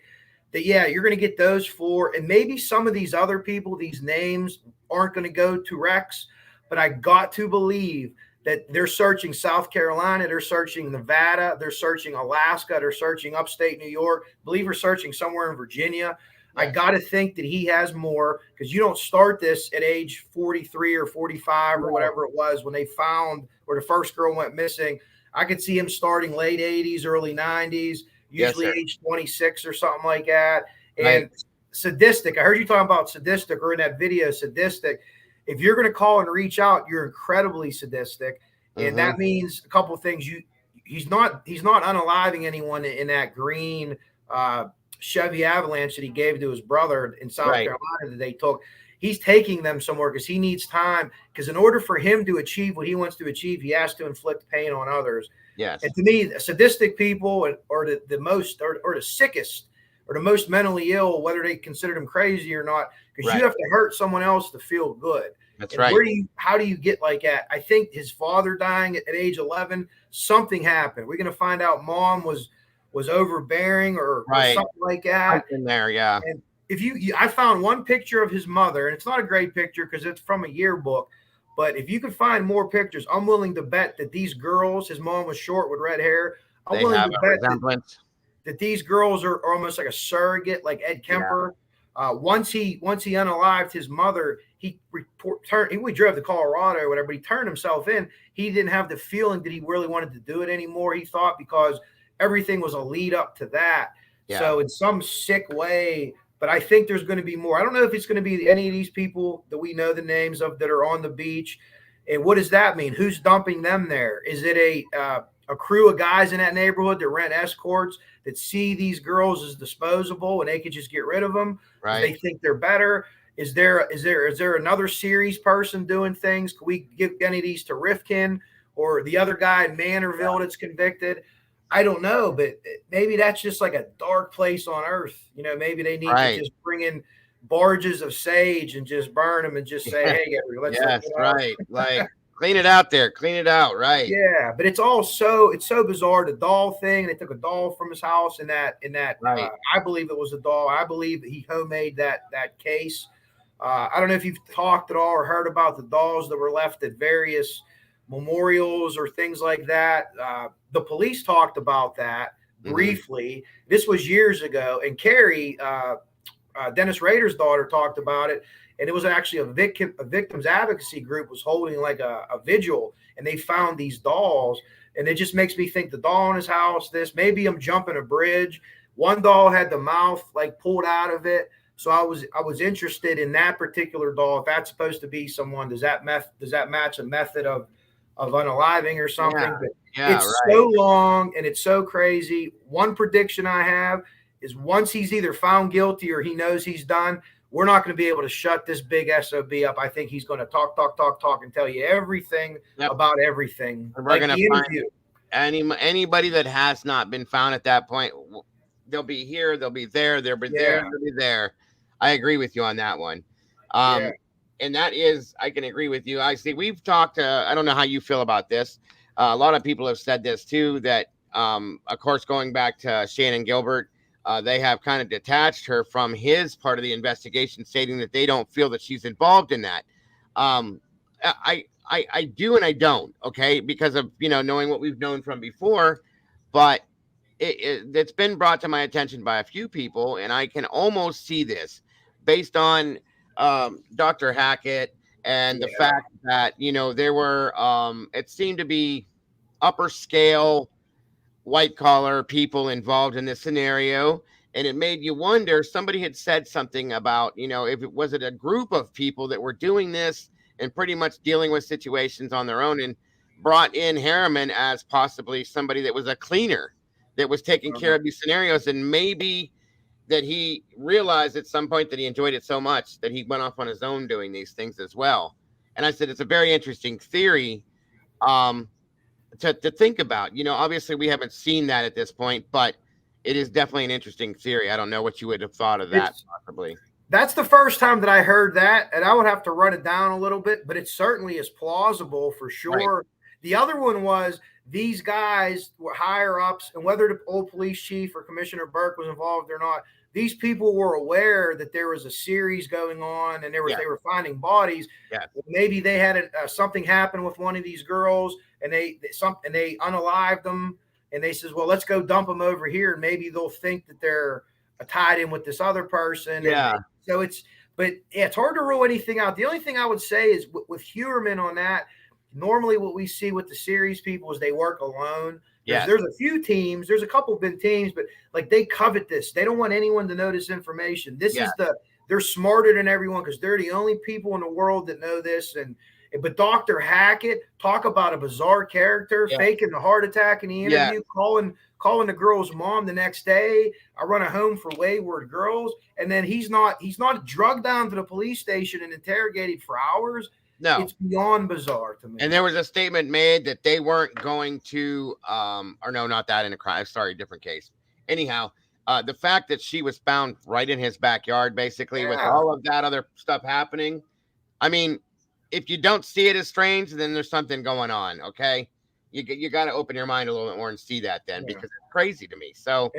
And you look at not just one thing, like that's where she was found. Look at everything together. The phone calls to the mom before anyone knows she's missing. The faking of a heart attack in the interview with the press, and the press guy just stood there. He fell on the ground, and the press guy's just holding the microphone like, "Oh, what's wrong?" Because they don't believe him either. Like they don't even believe him. If he was really having a heart attack, he would have died on TV. Because the media people were kind of like, "Okay, here we go, Dr. Hack." Exactly. It was right there. So yeah, absolutely. I mean that scenario in itself is completely insane. And if you, like you said, the grouping of all those things together, you got to look at it that way. You can't even look at them singular. All of it together makes you go, okay, let's go that direction now. So yeah, absolutely. A couple things real quick. I got to pop out of here, but I wanted to come in and not mean to disrupt your show, but to talk about I'm grateful you're PTSD here. PTSD stuff and the stuff yesterday, because that's so important to me. And I'll definitely be checking you out Monday. I don't work, do I? God, what's today? No, I don't work. Wednesday. No, I do work Monday because I work tomorrow. We work 24 on, 3 off. But hopefully at work I could check it out, or else I'll catch the replay. Because what you're doing is hugely important. Yes. I think to everything, mental health. And I'm Coach Kev because I was a coach basketball and baseball for years. I actually was the high school basketball coach at McKeesport for a couple of years. Okay. And one thing I can tell you, we have a depressed community, a lot of good people, but it's rough. I'd say about 70% of the kids that I coached suffer from PTSD, undiagnosed, and it'll probably never be diagnosed. They've seen friends of theirs dead in the street. Yes. You know what I mean? At a young age. At Very a young age. Very young. Yes. And it's so sad, but keep doing what you're doing. I think. I Really. appreciate that. I appreciate that. I'm Yeah. glad to have you here today. And please know that at this point, you're always welcome in this community. Anytime you want to come in here to come on panel to speak on anything, please know you're always welcome. It's an open door. Yeah, I appreciate that. You and EJ's people, like I go in some other people's chats I'm friends with, and there's always people in there like needling you. But like EJ's chat, your chat, everybody's so nice. And oh yeah, it's you guys built something really good here, so you should be proud of it. And, we are very proud of the community. We kind of share our communities as well. If you haven't noticed, you'll see a lot of the same people blending back and forth. Yeah, I see people were saying, "Oh, I heard you last night." Yeah, thank you so much. Definitely. And Definitely. hopefully we can work together or something soon. And I have some cool PTSD videos that I did that are you'll get them. Right. It's like you got to be there. Like if you were in the service that we were in, the community service, the first responder, you'll see certain things like, oh yeah, I know what he's saying here. Right. But yeah, the Heuermann stuff, people. Watch the interviews. Watch the interview with the French guy. His brother does an interview with someone. If you look up Rex Heuermann's brother or his brother's neighbor, and then watch the police. I talked about it on EJ. I'm sorry, his attorney Ray. I think his name's John Ray. He was receiving phone calls from someone who must have been stalking him because he knew what was going on outside his house. He knew what his daughter was doing at college, and it just stinks of Rex Heuermann if it's the same person making these sadistic calls, in my opinion. Absolutely. I will definitely check that out and show them that as well. Yes. Well, hey, I got to go. My girlfriend turned the grill on, so it's time for me to get to work. Sounds like a plan. And by the way, I wanted to let you know I appreciate the fact that you had on the floor your shirt yesterday. I have one. Yeah. Absolutely. I appreciate. Have you done shows on Flora? Oh yeah, absolutely. Oh, great. I'll go check them out. I'm Flora to the core. Absolutely. I'm going to be doing another one here probably within a month. So yeah, absolutely. Awesome. Absolutely. Well, you're fire and EMS, so I could see how it got all over you too. It was way under my skin. As soon as I found out behind. Oh yeah, big time. So big one. But again, Coach Kev, thank you very much. Please go enjoy your meal and know that you are always welcome here. Well, thank you. You're always welcome on my channel too, and I hope to talk to you here in the future and get something else done together. Keep spreading the word about the PTSD stuff. Listen to Dago, people. He's telling you like it is, and it every little bit helps. It really, really does. Absolutely. Thank you, sir, so very much. All right, see you, everybody. Have a great day. All right, that was awesome. Thank you so very much for that, Coach Kev. I appreciate you. I'm sure we all do. Great stuff. Very, very informative, and just I love it. I love it. I'm so glad to see him over here today. All right, and if you guys want, I can show you the rest of this here. Did you guys want to finish that video that has Jay and Shannon in it with Carrie Roston, or did you want to move forward into something different, folks? It's up to you guys. And again, anybody that is interested in jumping up here, you're very welcome to.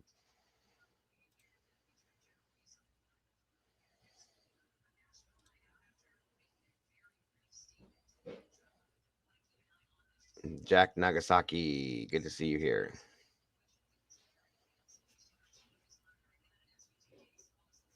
That's a good thing in some senses, I would guess.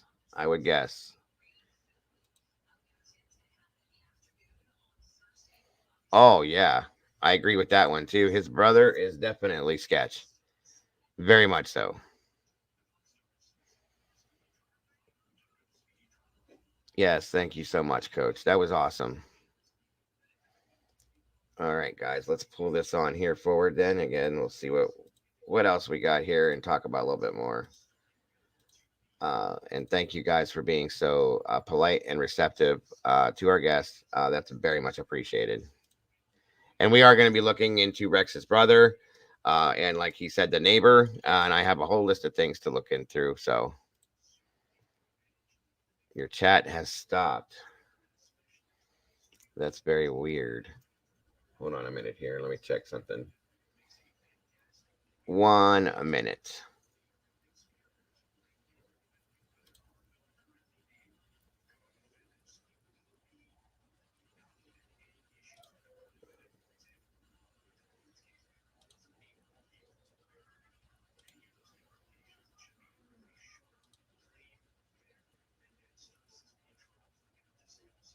All right, that should get it moving again.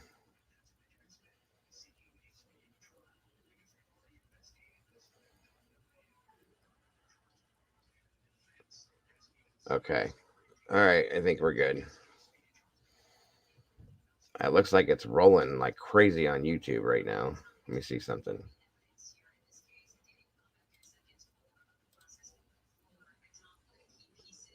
All right, there we go. Awesome, awesome, awesome. All right, folks, bring that back to you real quick here.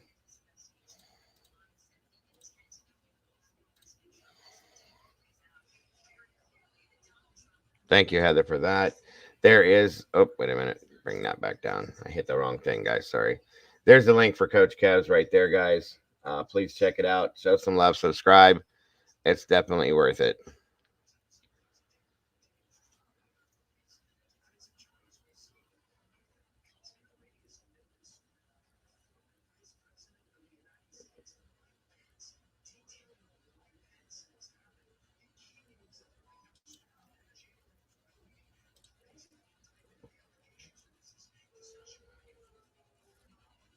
And as soon as he woke up, Okay, here we go. Thank you again, Mandy. This is a great video. Welcome, Sleuthy. Good to see you, dear. 12 times my mom said later, she's like, he said, did I say anything? And then in hindsight, we're like, fantastic dad. Like, literally, like, he was so aware of who he was when he woke up. He was like, did I say anything while I was under? Right. You know, you're like, but like that man, he would not ever like put himself in a situation where his mouth would run without his control. Like I don't know about Rex, but my father is like a control freak down to like, he had to sit in a certain chair at the dinner table. And like, if he wasn't home, I'd sit there just to spite him. But if he was home, you didn't sit there. Right.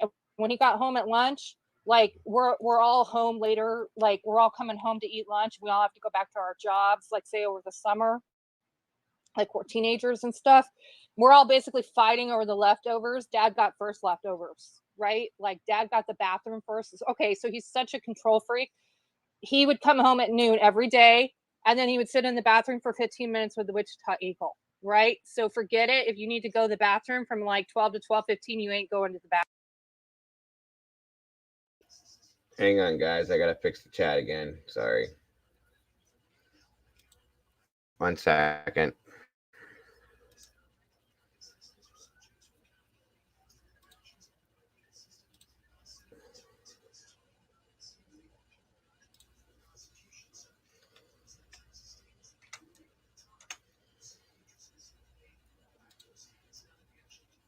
Here we go.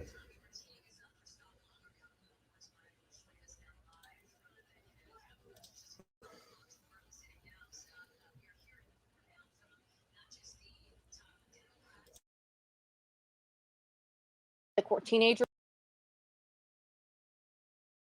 and stuff. We're all basically fighting over the leftovers. Dad got first leftovers, right? Like dad got the bathroom first. Okay, so he's such a control freak. He would come home at noon every day, and then he would sit in the bathroom for 15 minutes with the Wichita Eagle, right? So forget it. If you need to go to the bathroom from like 12 to 12:15, you ain't going to the bathroom till dad's out of there. Now, is he actually going to the bathroom, or is he cutting things out of the Wichita Eagle or marking them, or is he doing what he calls little time bondage, because he has little time bondage and he has big time bondage, and it's in his notes. So he kept track in his notes all of the fantasies he was having and all these bondage things, and none of this had anything to do with murdering. It's like keeping that pot from boiling over, is what my dad will say. And so when you're talking about like Rex being an expert on Rex, well, my dad's been really open about most stuff, and there's a whole book of my dad running his mouth with Dr. Ramsland, telling us everything that we would ever want to know about somebody like my dad. And I don't understand, like, did anybody ever think to apply my dad to Long Island serial killer before he was caught? Did anybody go talk to my dad? They should have. Why? I don't. Or think they just did. talk to Dr. Ramsland. Exactly. I hope they talked to her. Good Lord. Well, they need to be talking to her today if they hadn't. But I'll tell you something else. If you want to know how dedicated, if Rex is the killer, he is 279 guns. Y'all, that's conservatively $100,000. That's how dedicated he is when he is fixed on something. You know, he had to build a room for it that they're calling a vault. He had to pour enough cement that he could encase it and protect it and then lock it so nobody could get to it but him. And that's what I'm talking about. So if you watch anybody, and this is true for men mostly, but any man will show you what something means to him, his time and his money. That equals what he cares about. So if he's buying 14 cars and the child he's raising doesn't have a winter coat, there you go. If Rex is an architect and there's a 2x4 holding up the front of his house, That's crazy. but he's got $100,000 worth of guns, that's what's important to him. So don't miss that. He is straight up telling you, this is what I care about. It's not the wife. It's not the children. It's not my career. It's not the house. It's not the cars. I care about killing. Oh, God, that's such an important point. And so true. And like, you know, we were there and you see in that neighborhood, it's like sticks out like a sore thumb. Like it's Sure. like nice house, 2x4, crap all over, like, and it's just so true. You said, where are his priorities? What is he thinking about? He's got. Jay was on this show here last a week and a half ago.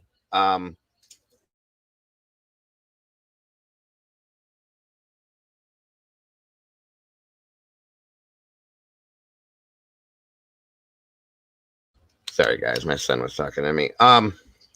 Jay himself was on our show here a week and a half ago when we first started this case, talking about this.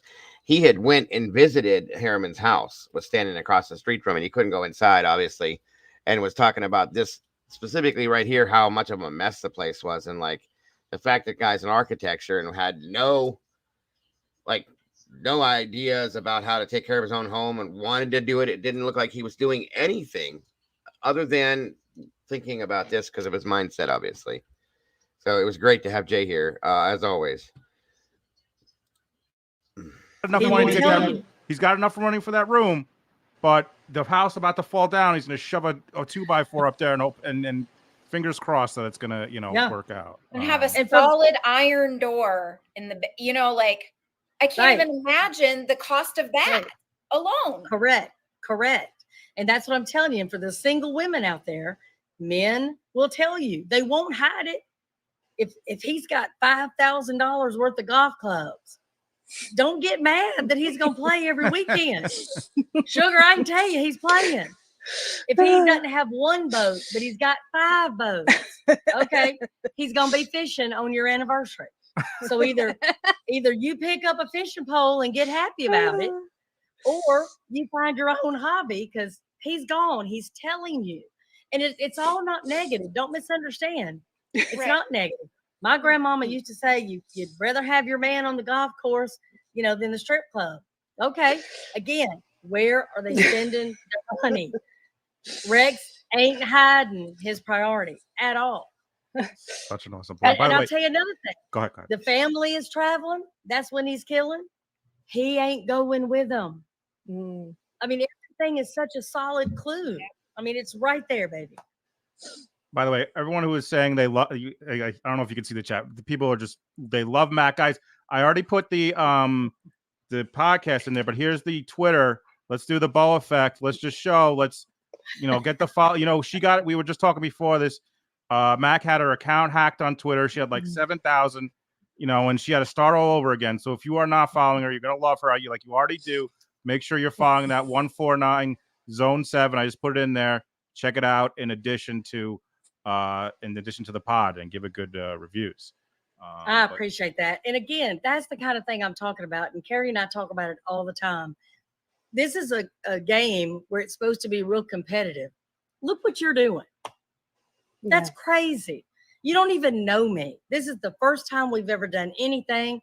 Before I was even on your show, you were pimping. So I appreciate it.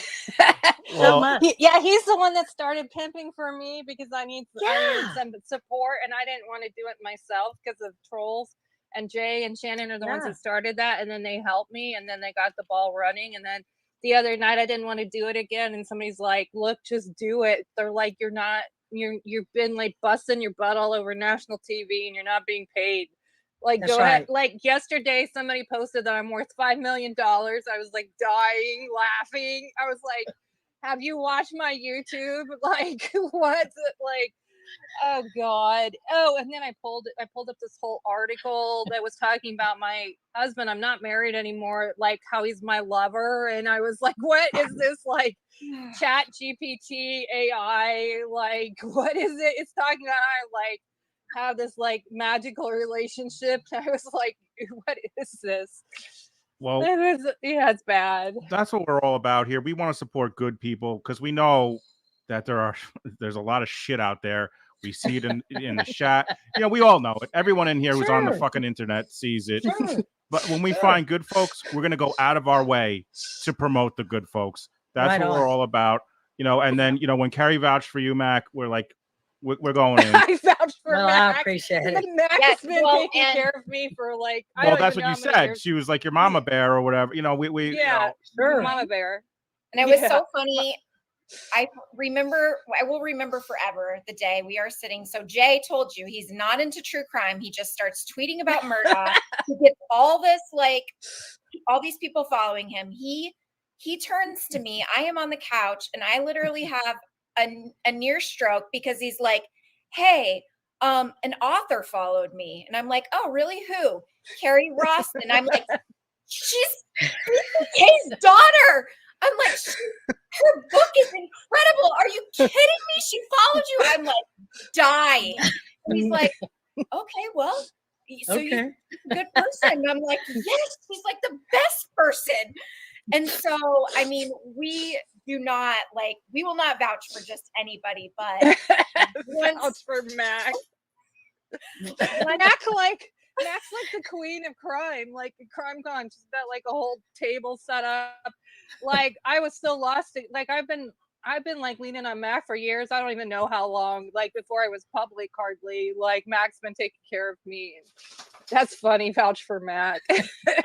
Well, Mac, folks are asking for people who aren't familiar. Could you give a quick? I know I just did a quick blurb, but if you give them a quick, your background and what you've been doing up to this point, so they could, they know. Well, I'll hit some highlights if you want me to. Yes, please. Yes. I've been in this business since 1983. I started at Grady Rape Crisis Center when I was 18 years old because it was the only place that I could go and actually work real cases because I wasn't 21 yet. I couldn't go to the police academy. And then I went to the Crime Commission from there. And at the Crime Commission, today is actually a pretty significant day for me. I was the person that was in charge of the crisis response team for the Atlanta Olympics, which would not have been a big deal at all, except we had a bomb. Yeah. And so because of that, I got a lot of, traction and some, good support from that. And a lot of people don't know, but at the Crime Commission, when I was assigned to the Major Case Division, I had a prosecutor that some of y'all might have heard of, Nancy Grace. So Nancy and I got to work together a ton when we were in our 20s, and we had a good time in Atlanta, y'all. And we fought a little crime, had some fun, so it was really good. And then she went off and became Nancy Grace, and that was just tremendous for all of us to watch her And, from there, I went to the Fulton County Sheriff's Department. I did some other things. And now I'm with another Metro Atlanta Police Department. And I am still an active crime scene investigator. So I still do work for a living. Awesome. And she's like super responsive in DMs, and I'm like, wait, did she retire or is she like at a crime scene right now? So I'm like pinging her like with news or like, hey Mac, I'm like, it's like elbowing somebody in the community. Like I'm pinging her and like Joe Jackalone and like these like all of these really like insane, amazing people. I'm like, hey, like what do you think of like this? And like the funny thing is like I don't have like the academics or the like letters around my name or like the badges or anything. I just run with all these people. I try. Well, let me just be really You have clear. the heart, though, Carrie. You have the Oh my heart. God. writing notes down. But Carrie, let me be very clear with everybody. I mean, I may have a master's degree. It is worthless compared to what you can give the intel to me and what you can give to other victims. Nobody can do what you can do. You're in a lane by yourself. And the gift is, again, I don't know why horrible things have to happen, but I know what you're doing with what happened to you. And you're able to help people that nobody else could reach and nobody else could help. So that's the way I look at it. Yeah, so don't say just because I don't have them either, but Yeah. your bravery and your heart and you're going out to help to be an advocate. Amen. That doesn't Amen. matter if you have a doctorate. Who gives a shit? You're out there helping Preach it. people, and that means Preach it. that means more than anything. Truly, seriously, Because Carrie. you So want And and love, in that loyalty, concern, you can't teach that. And if you're in the situation like what you've been through, Carrie, somebody wants to talk to you more than they want to talk to anybody with letters behind their name because they know that you are one of the only people that know how they feel. That's BTK's daughter. I do Yes, really Amy. well when I get matched up with somebody like Mac or like a forensic psychologist or like a criminologist. I was gonna say, or Lauren, I have another thing I want to throw in here. I want to put the exclamation point crowd because we got crowd solved, you and Lauren, right? Didn't mean to cut you off, but I didn't want to forget to give you a chance to, because I know you're looking for folks to help you out. If you could tell them what you're doing with Lauren. Yeah, so and it's with Gabby Morgan too, True Crime Replay. They're building a nonprofit. Crowd Solved is going to be a part of like the True Crime Replay umbrella. So True Crime Replay is like has victim resources and it's still building advocate resources. It's going to be like education and training for like people like us. And then Gabby has a Missing Alliance, so they do missing persons groups, and then she works with a lot of victim families of really like really rough cases, like Serenity McKinney's case. Like there's just really rough cases that she works with the families. So that's True Crime Replay, and you can find them on Twitter. And then CrowdSolve, Lauren Malloy is in Rhode Island, and if she hasn't got on with you guys yet, she needs to get on with you and cover her case. We love Lauren. Her mom, there's a cold cold case. Good to see you, Gina. That's actively being investigated right now. It's definitely looking like a homicide. We're just waiting on things to get back. So she's been advocating for her mom, and then she got like a whole cold case unit open in Rhode Island. Like Lauren changes like whole state legislation. That's who Lauren is. And so she's got this thing called Unsolved Rhode Island. Well, she's ready to make it like nationwide. And so we're building CrowdSolved, where we're going to take all the lovely like true crime nutters, and we're going to put you guys to work and have you be in like forums and groups and help us solve active and cold cases. And we're going to work on like digital evidence, like with like a partner that's partnering up with us, because what we're running into is like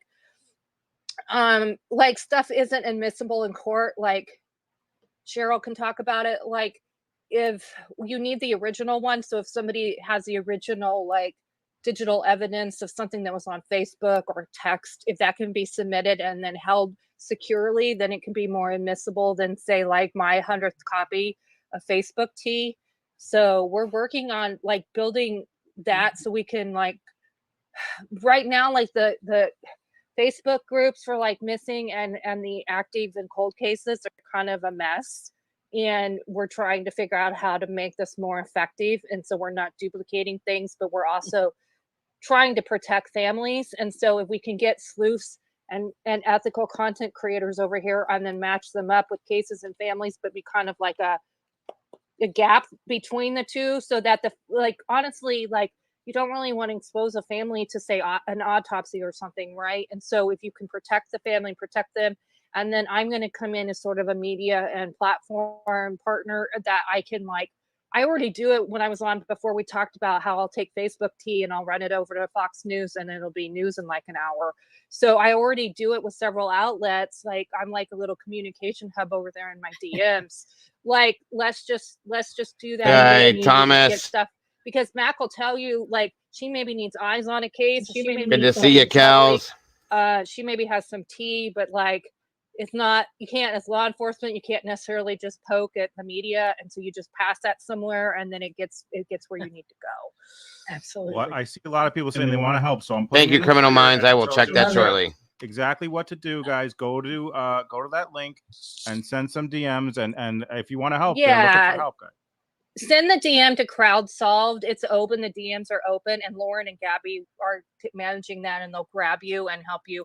And anybody that contacted me, I just need to route you over to Lauren and Crowd Solved. Yeah, that's the link up. So, guys, Crowd Solved. Don't send it to Carrie. You heard her. Stop being idiots and send it to Crowd Solved. Don't be dumb. Send it to Crowd Solved, and they'll figure it out. Carrie is a very busy woman, and you guys need to relax. All right. Thank you, Heather. I got it. In our corner, she's like our grizzly bear mom, advocate, support. Sure.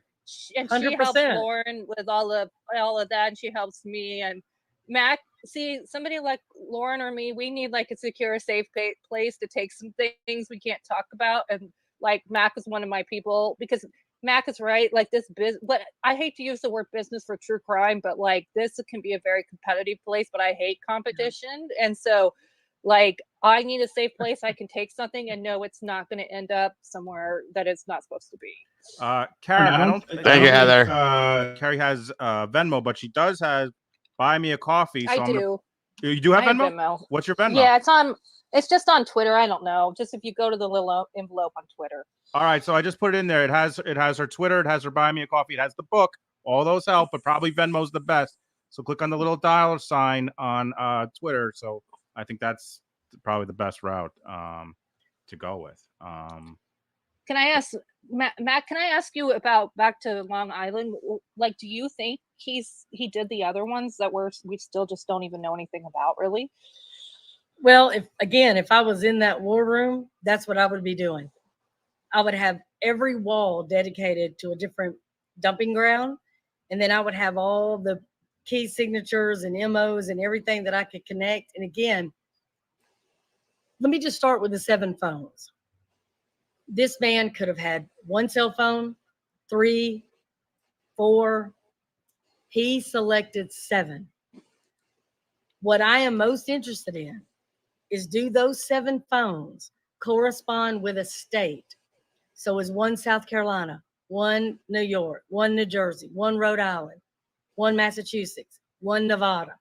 So when that phone rings, he already knows where the sex workers. That makes a lot of sense too. Time saying, "Hey, where are you at?" He knows. That's who he's contacted. Are those 7 phones possibly trophies? How do we not know those aren't 7 victims where he just swapped out the SIM cards?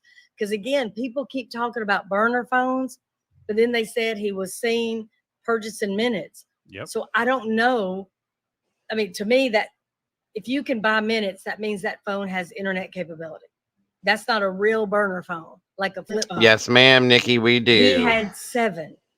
I'm glad you're enjoying it as well. He did the victims, just like he did the dumping ground, just like he did the date. Yes, CJ's show was amazing last night. If you haven't caught it, go catch up on the replay, folks. And the calls, he did that.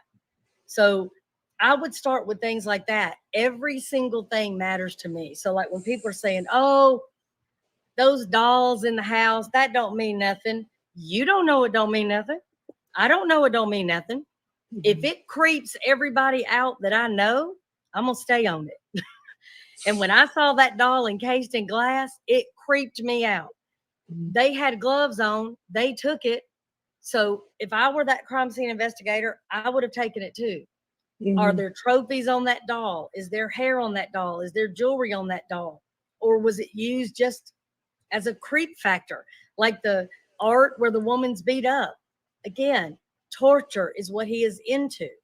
So everything matters to me until I can prove it don't matter.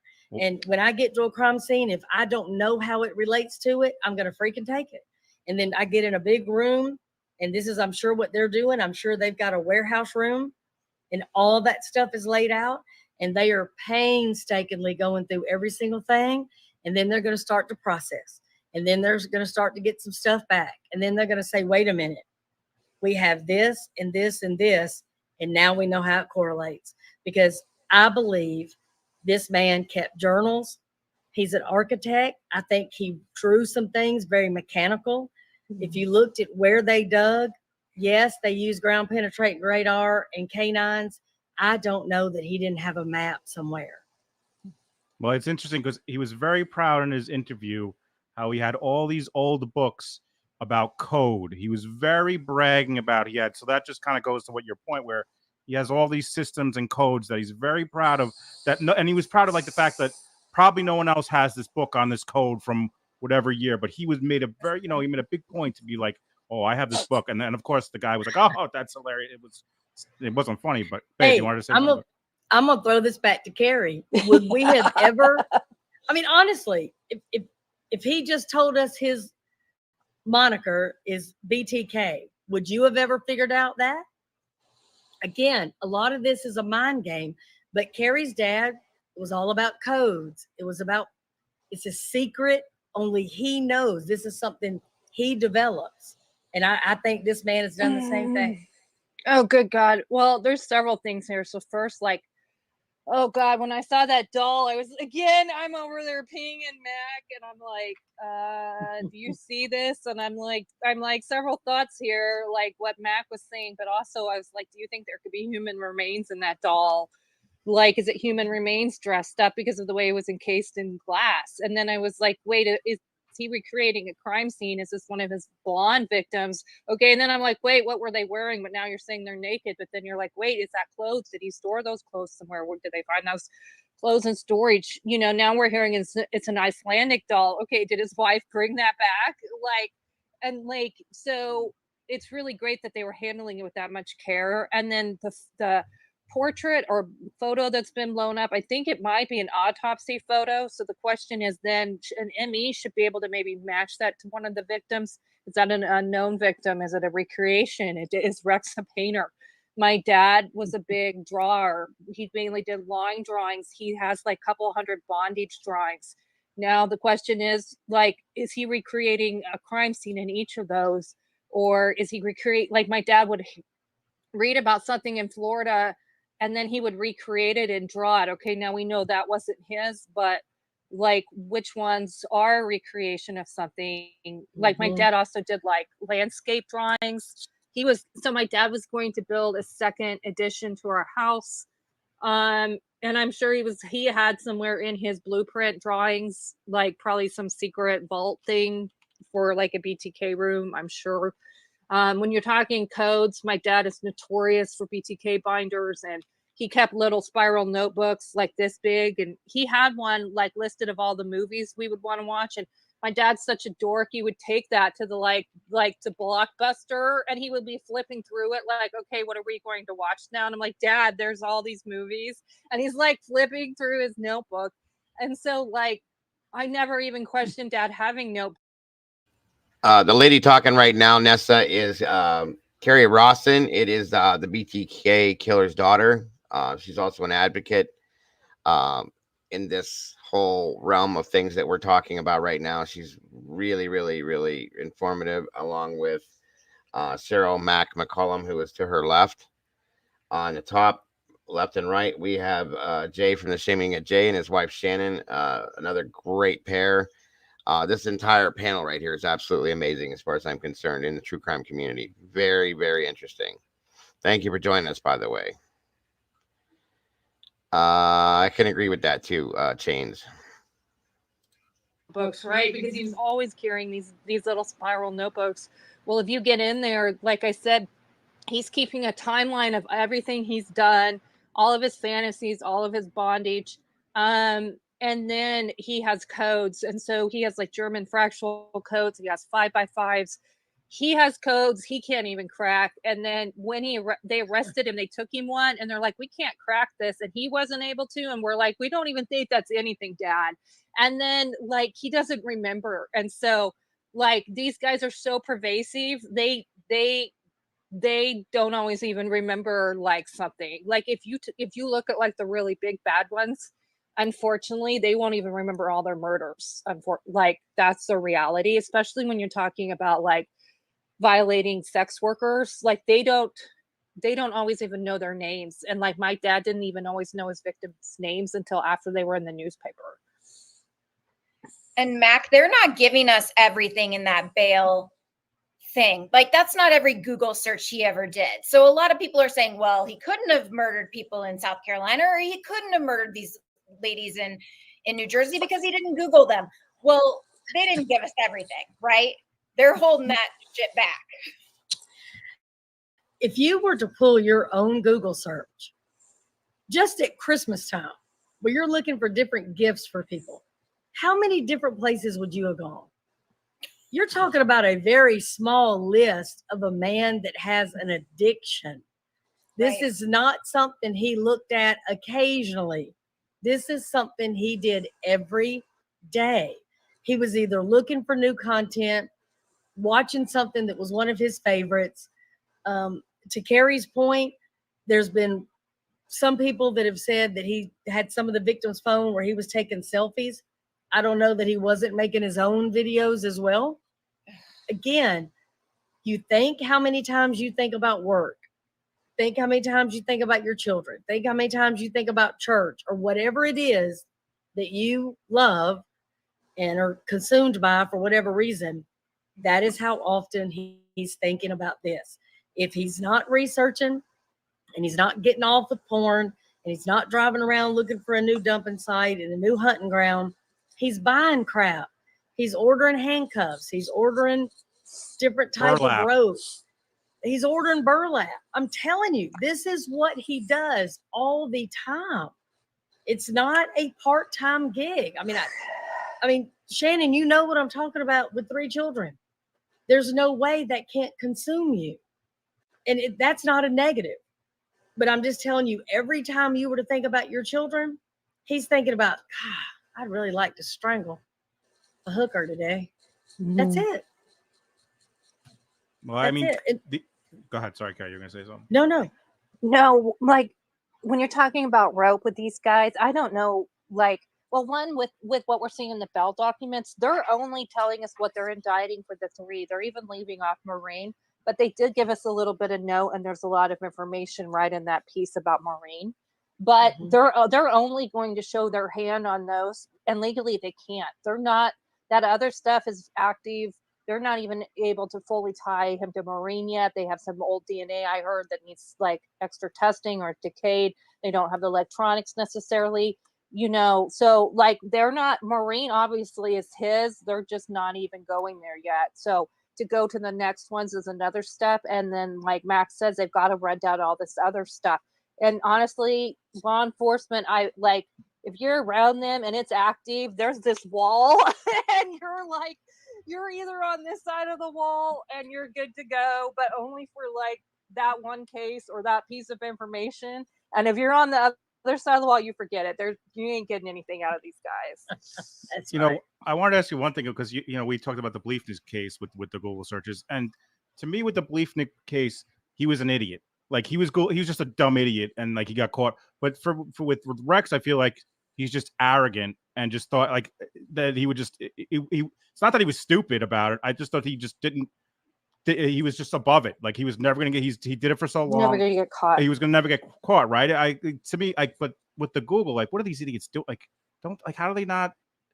It blows my mind. I guess it's that's the ego. It's the narcissist, right, Mac? The psychopath, narcissist, pathological liar. Like my dad's a sexual statistic, psychopath and narcissistic, pathological liar. Like honestly too, there's no one all the way home. They're not insane. They would never get the insanity defense, but there's like a disconnect there. And so when there's a disconnect, like we have a moral line we all do that we won't cross normal people. Even my dad has one, sort of, but there's like this not all the way home where he when he got caught, he's sitting there being interrogated and he is pissed at Kenny Landerwehr, who Shannon was saying, like, they picked out Kenny because they picked out somebody that was strong on camera and could hold my dad's attention and would be compelling. And Kenny had been chasing my dad forever. And so Kenny and dad became synced up for like 10 months in communications through the media. And there was this whole strategy, right? So then they arrest dad and they put dad in the car with Kenny. And Kenny goes, "How are you doing, Mr. Rader?" And he was like, "I was fine." And he goes, "Were you going to golf this weekend?" And my dad's like, "No, I gardened." And so Kenny knew as soon as he was talking, he had him. But then, like, when they were sitting there at the table being interrogated, like, my dad wasn't giving up his goods, and so Kenny pushes this like 3x5 computer disk that we used to store stuff on. He pushes it across the table because that's how they caught my dad. Because my dad had put it in like the library, the church office, somewhere else, and then it had stored the data of where my dad had been, and all they had to do was run down the church and they found my dad. So literally my dad helped catch himself. Literally my dad came back out in public a year before. So it's like these narcissistic games and they just don't think they're going to get caught.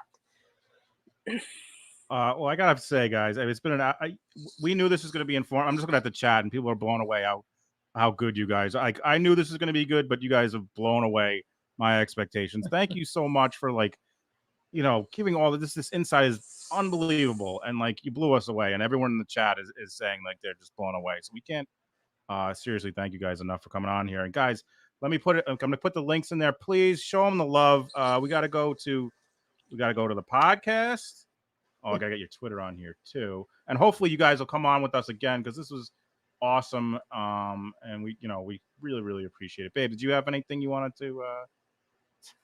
No, I just wanted to say thank you. This has been so awesome. It's like a dream come true to be able to sit with you both and just have you, to talk to people. It's just amazing.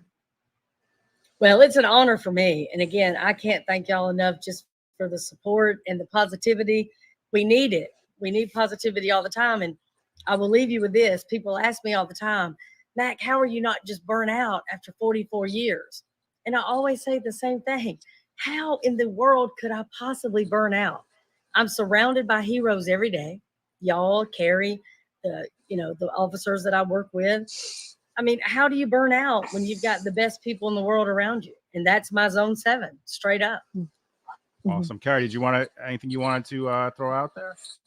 I just will echo what she's saying about positivity and working together. There's a way to work together, like quietly behind the scenes, wall off things from the public. I believe she is, B.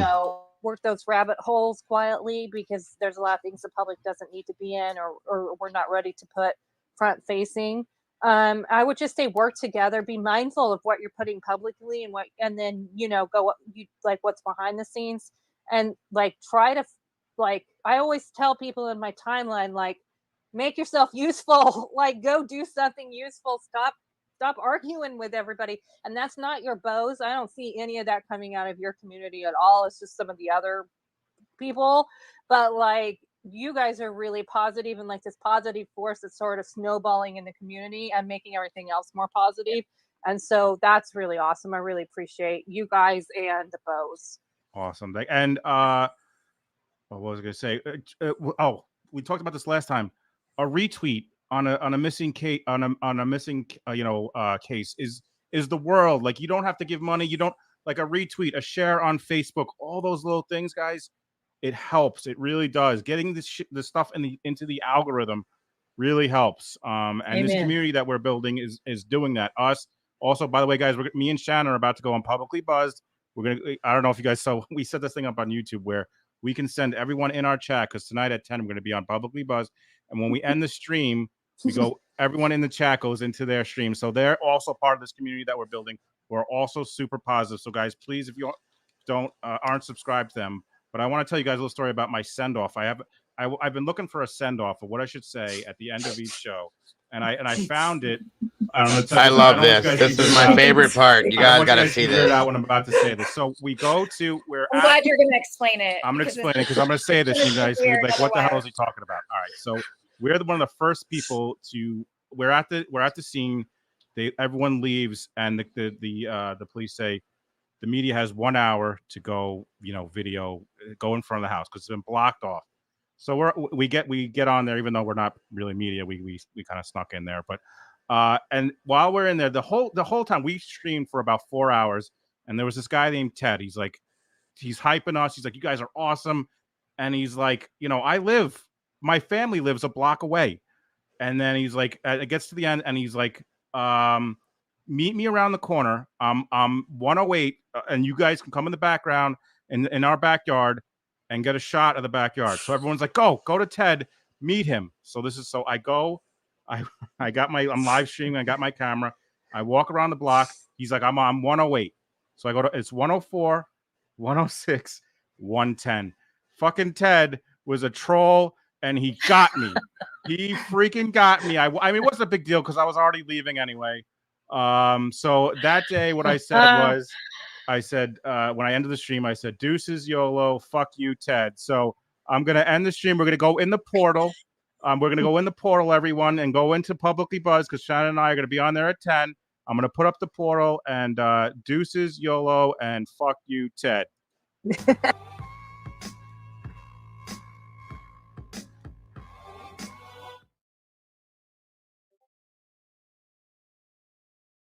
All right.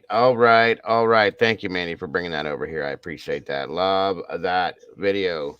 I love Jay and Shannon. Of course, Carrie and Mac. Amazing. Great video. And I thank you all for being here today for that.